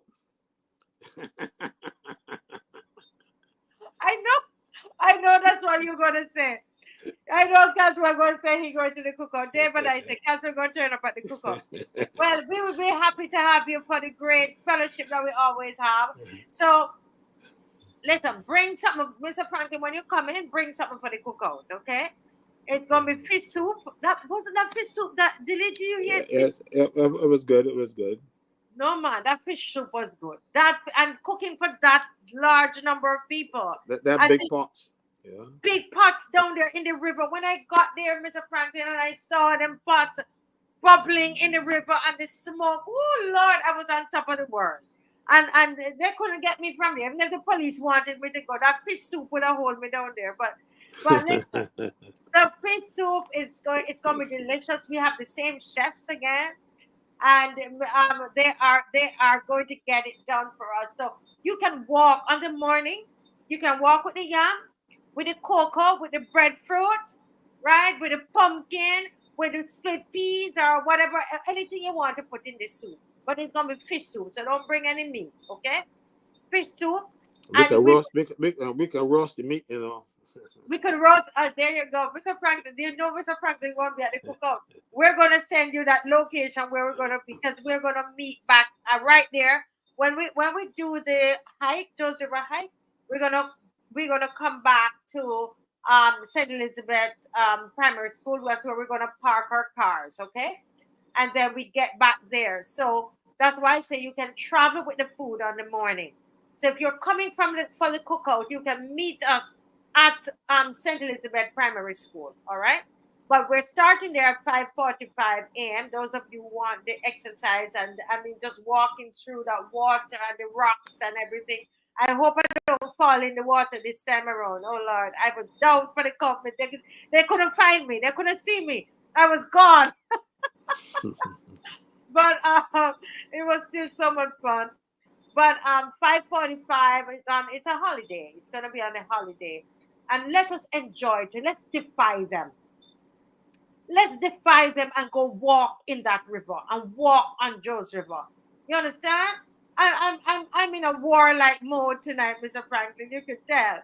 Listen, we want to defy them. They say we mustn't go there. They put up the big signboard, no, but trespass at your own risk. Why did all them enslaved people that were walking there? Where were they? Trespasser who, which own risk. Listen, get your walking shoes and you come down there at Joe's River, okay? This is ours. Now let's take it back. When you walk on it, you claim it. That's what the Bible says, right? You walk on it and you claim it. Don't sit down in your house and talk about Joe's River. Come, even if you can't walk, come to the cookout. St. Elizabeth Primary School, 5:45 a.m. Make sure you walk with something to put in the pot. You understand? And we're going to have a good time. Your shoes, get the walking shoes, your water bottle. Don't bring anything too heavy to walk with. You know, you have a little knapsack, you put your water bottle inside of it. If you have medication that you need, you put it in there too, right? Probably put an orange or an apple. Nothing, don't walk with a whole lot of things. Clothes that you're comfortable in, shoes you're comfortable in. The shoes might get wet. So they're saying walk with, a pair of slippers in your car. So when you get up to your car, you can change your shoes. And if, if you want to change clothes, if you drop in the water like me, and you want to change your clothes, you walk with a suit of clothes, right? To change your clothes. But listen, somebody said nanny. Yes, I feel like nanny tonight. No to oppression. Mr. Franklin just calling out the things and getting me riled up, Yes. So listen, we're going to walk into Joe's River because of Fiwi. Entire year I go into this Jamaican, I am in a whole nother realm. They're setting me off, man. So we're going down there, Joe's River of Fiwi, and we will walk in it. Those of you who can walk or meet us at St. Elizabeth Primary School with some food, the food to put in the pot, right? Yes. So, Mr. Franklin, that was my little PR. Make sure you come in, Mr. Franklin. We want to see you down there. I coming down. I coming down just for the defiance. Just to be defiant. I'll tell you something about me. Some years ago, when the mutual was going to demutualize, the first time they didn't have I didn't have a policy. And they said, I got to get this back. And I went by a policy, Mind you, in the end, I still end up cashing it in because I don't want to be part of the surgical nonsense. But I cashed it in. But I went in there and they said next time I have a battle, I gonna be in there because I had people who were afraid to speak up. So I said I can speak up on their behalf. I went by a cheap policy and get in there, and it was in there so far, man. There you go. I don't give up. That's why we love you so, Mr. Franklin. And I'm saying to you, keyboard warriors who love to just send WhatsApp and send all kinds of things all about the place. Put on your clothes and come down to Joe's River. Okay? Put on your clothes and come down to Joe's River. Our ancestors bathed in them water. You understand what I'm saying? Our ancestors washed their clothes in that water. Them swim in that water. They had life around that water because that's how it used to be. You understand? Them cook down there. So I don't know where these people come from Australia, but put up Sambo, no trespassing. You understand? We want to walk down there, bring your walking shoes in here, and let us come down there and have fun and enjoy. They want to put a wellness center, Mr. Franklin. They want to put the wellness center for a reason, because they know the wellness that happened down there. They know in terms of mental health, when you're down there, the kind of peace that you feel. And we don't deserve that. That is not for us. That is for them. That's what they think, to defy them, fight them. Come down there, April 29th. That's what we're doing. The wellness center, again, that's to bring foreigners here to enjoy our good climate, our good health, our everything else. And it is not for Barbadians. Barbadians are not supposed to enjoy. That's the same thing I was talking about just now, Correct. That's what I'm saying. And the thing is, they're being encouraged. Yes. So, Mr. Franklin, it's 10 o'clock, and it was just the two of us on here tonight. Kind of like what we started out. And so I'll tell you though, tomorrow I will speak about employment rights because that's what I'm going to speak about tonight. But I ain't get it yet. And the Employment Rights Tribunal. What we're going to talk about tomorrow? The Employment Rights Tribunal is not functioning. Okay. So I said I planned to speak about that. You see me with my big book the night when you were saying. I was getting the money from the estimates and stuff to finish off my presentation, and I get a chance to do it. So Tomorrow, look out, they're talking about employment rights. Yes. I will shut up. I won't be so tonight. I was all into it tonight. You know. Yeah, I figure, well, tonight, these events overtook us. Yes.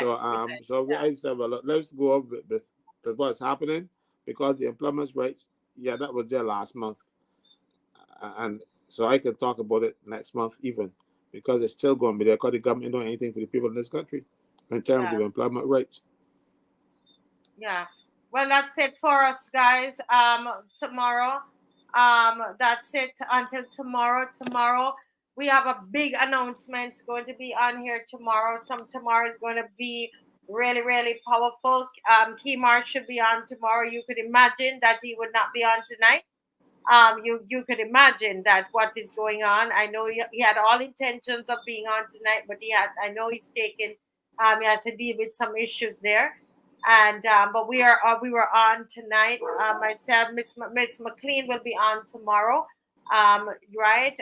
Tomorrow night as well, and Dr. Ferdinand Nichols will be on tomorrow night as well. And Caswell will definitely get to talk about employment rights tribunal, because I'm going to shut up. Oh, Mr. Franklin, we love you. We love you, Mr. Franklin. We really do. And you're a treasure. You're a Barbadian treasure. And we love you, sir. I just thank God for you. We really do. You know that. I'm speaking that from our heart, Dave and I. We really respect you, General.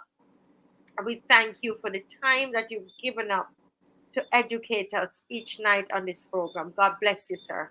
Bye-bye. Mm-hmm. All right, so we have our theme song, Mr. Franklin. Yes. Huh? Of course. I didn't hear you.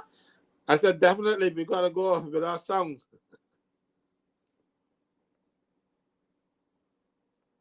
Don't tell me that there'll be a song coming up that can do this to me.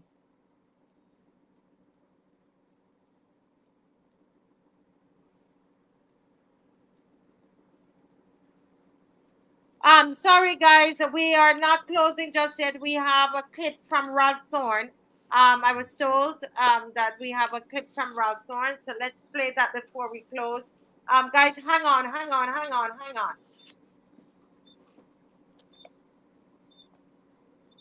It's coming up. Hang on, guys. Start to share, but yeah. Can you hear?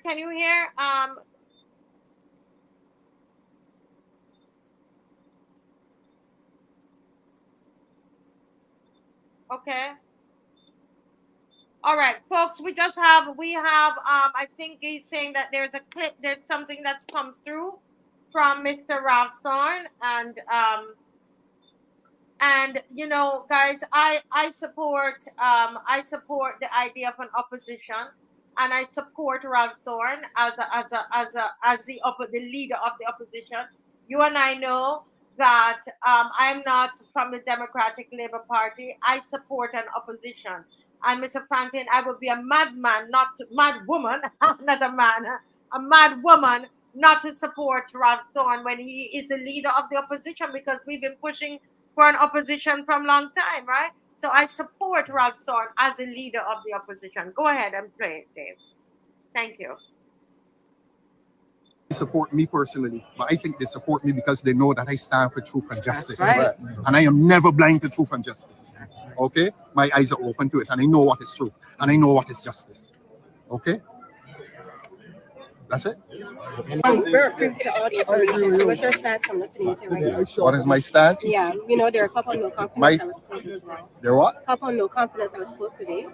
Look, this meeting is not one of the lawfully constituted meetings of the party. This was an informal gathering of the members. I did not plan this meeting.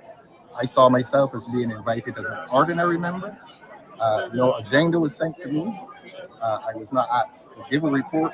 In fact, I received a WhatsApp saying that the president will give a report and the general secretary will give a report. When I came here, I was told that I have to give a report.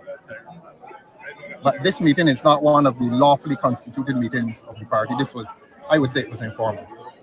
Impromptu, if you wish. at this informal meeting, so you blanket failed the motion to get you off the party. That's not worthy of a response. Not worthy of a response. Go in there and ask the people how they feel about it. I'm not responding to that. And outside we would have heard calls for unity within the party. From who? From inside we heard calls all the way. We saw them from outside. Look. This Democratic Labour Party is fighting against the Barbados Labour Party government. All right. Yes. Yeah? Yes. And that was my message. Yes. That's right. That there's no time and energy for internal fighting. That's right. That the mission and the purpose is to band together and fight against the Barbados Labour Party government that is causing suffering in this country. Yes. Yes? Yes. That is the purpose. That is the mission. Right. Yes. Yeah? And that is the enemy. Oh, The enemy is the Barbados Labour Party government that took away $1 billion from the National Insurance Fund and spent $27 million to do it.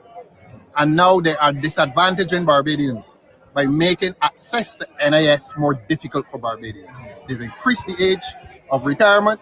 They are doing everything against the interests of the suffering in Barbados. And while the majority of the people in Barbados are suffering, the middle class and the working class, there are a few getting rich and remaining comfortable at the expense of the well-being of Barbadians. That is the fight of this party. I'm not interested in any internal fight. I will ignore it. I don't know how long I spoke for in there, but I did not mention. That's right.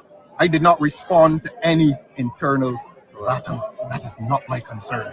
Let the Barbados Labour Party know from tomorrow morning, if you carry a report, that the people in this party consider the Barbados Labour Party to be opposed to the interests of the people of this country. Yes. Yes. So you're on the same page on that? The page that I'm on, look all these pages. These are the words on the page. The people that are with me. Yes. And I'm with the people of this party. Yes, that's right. And we are more than a page. We are on a book called Justice and Democracy. Right. And rights and fair play and returning happiness to the young people of this country who are fleeing this country, and the ones who are not fleeing are committing suicide. And the ones who are not fleeing or committing suicide are engaging in violence. That is what we are about. We're looking to resolve those social issues in Barbados. That's right. Yes. And put our children into the kind of society that we had when we were growing up. A society that was peaceful, a society in which we were protected by our parents, by our teachers, by our authority figures, including the police. Wow. Okay, so that was Mr. Thorne, and he was on your issue there, the NIS, Mr. Yeah, because that is too important. So important. Too many important issues, and I'm so glad we went on with the show and not get stuck on that. Let's play our song and get out of here. Yeah. Let's play our song. That mass nor English, pretending to be good, pretending to be good, just pretending to be good, pretending to be good, just pretending to care about people, just pretending to care about people, just pretending to care about people, just pretending to care about people, pretending, and I'm pretending to be good at math nor English, just pretending to care about people. And I'm pretending to be good at math nor English. I just pretending to care about people. I'm pretending to be good. And I'm pretending to be good at math nor English. I just pretending to care about people. And I'm pretending to be good at math nor English. I just pretending to care about people.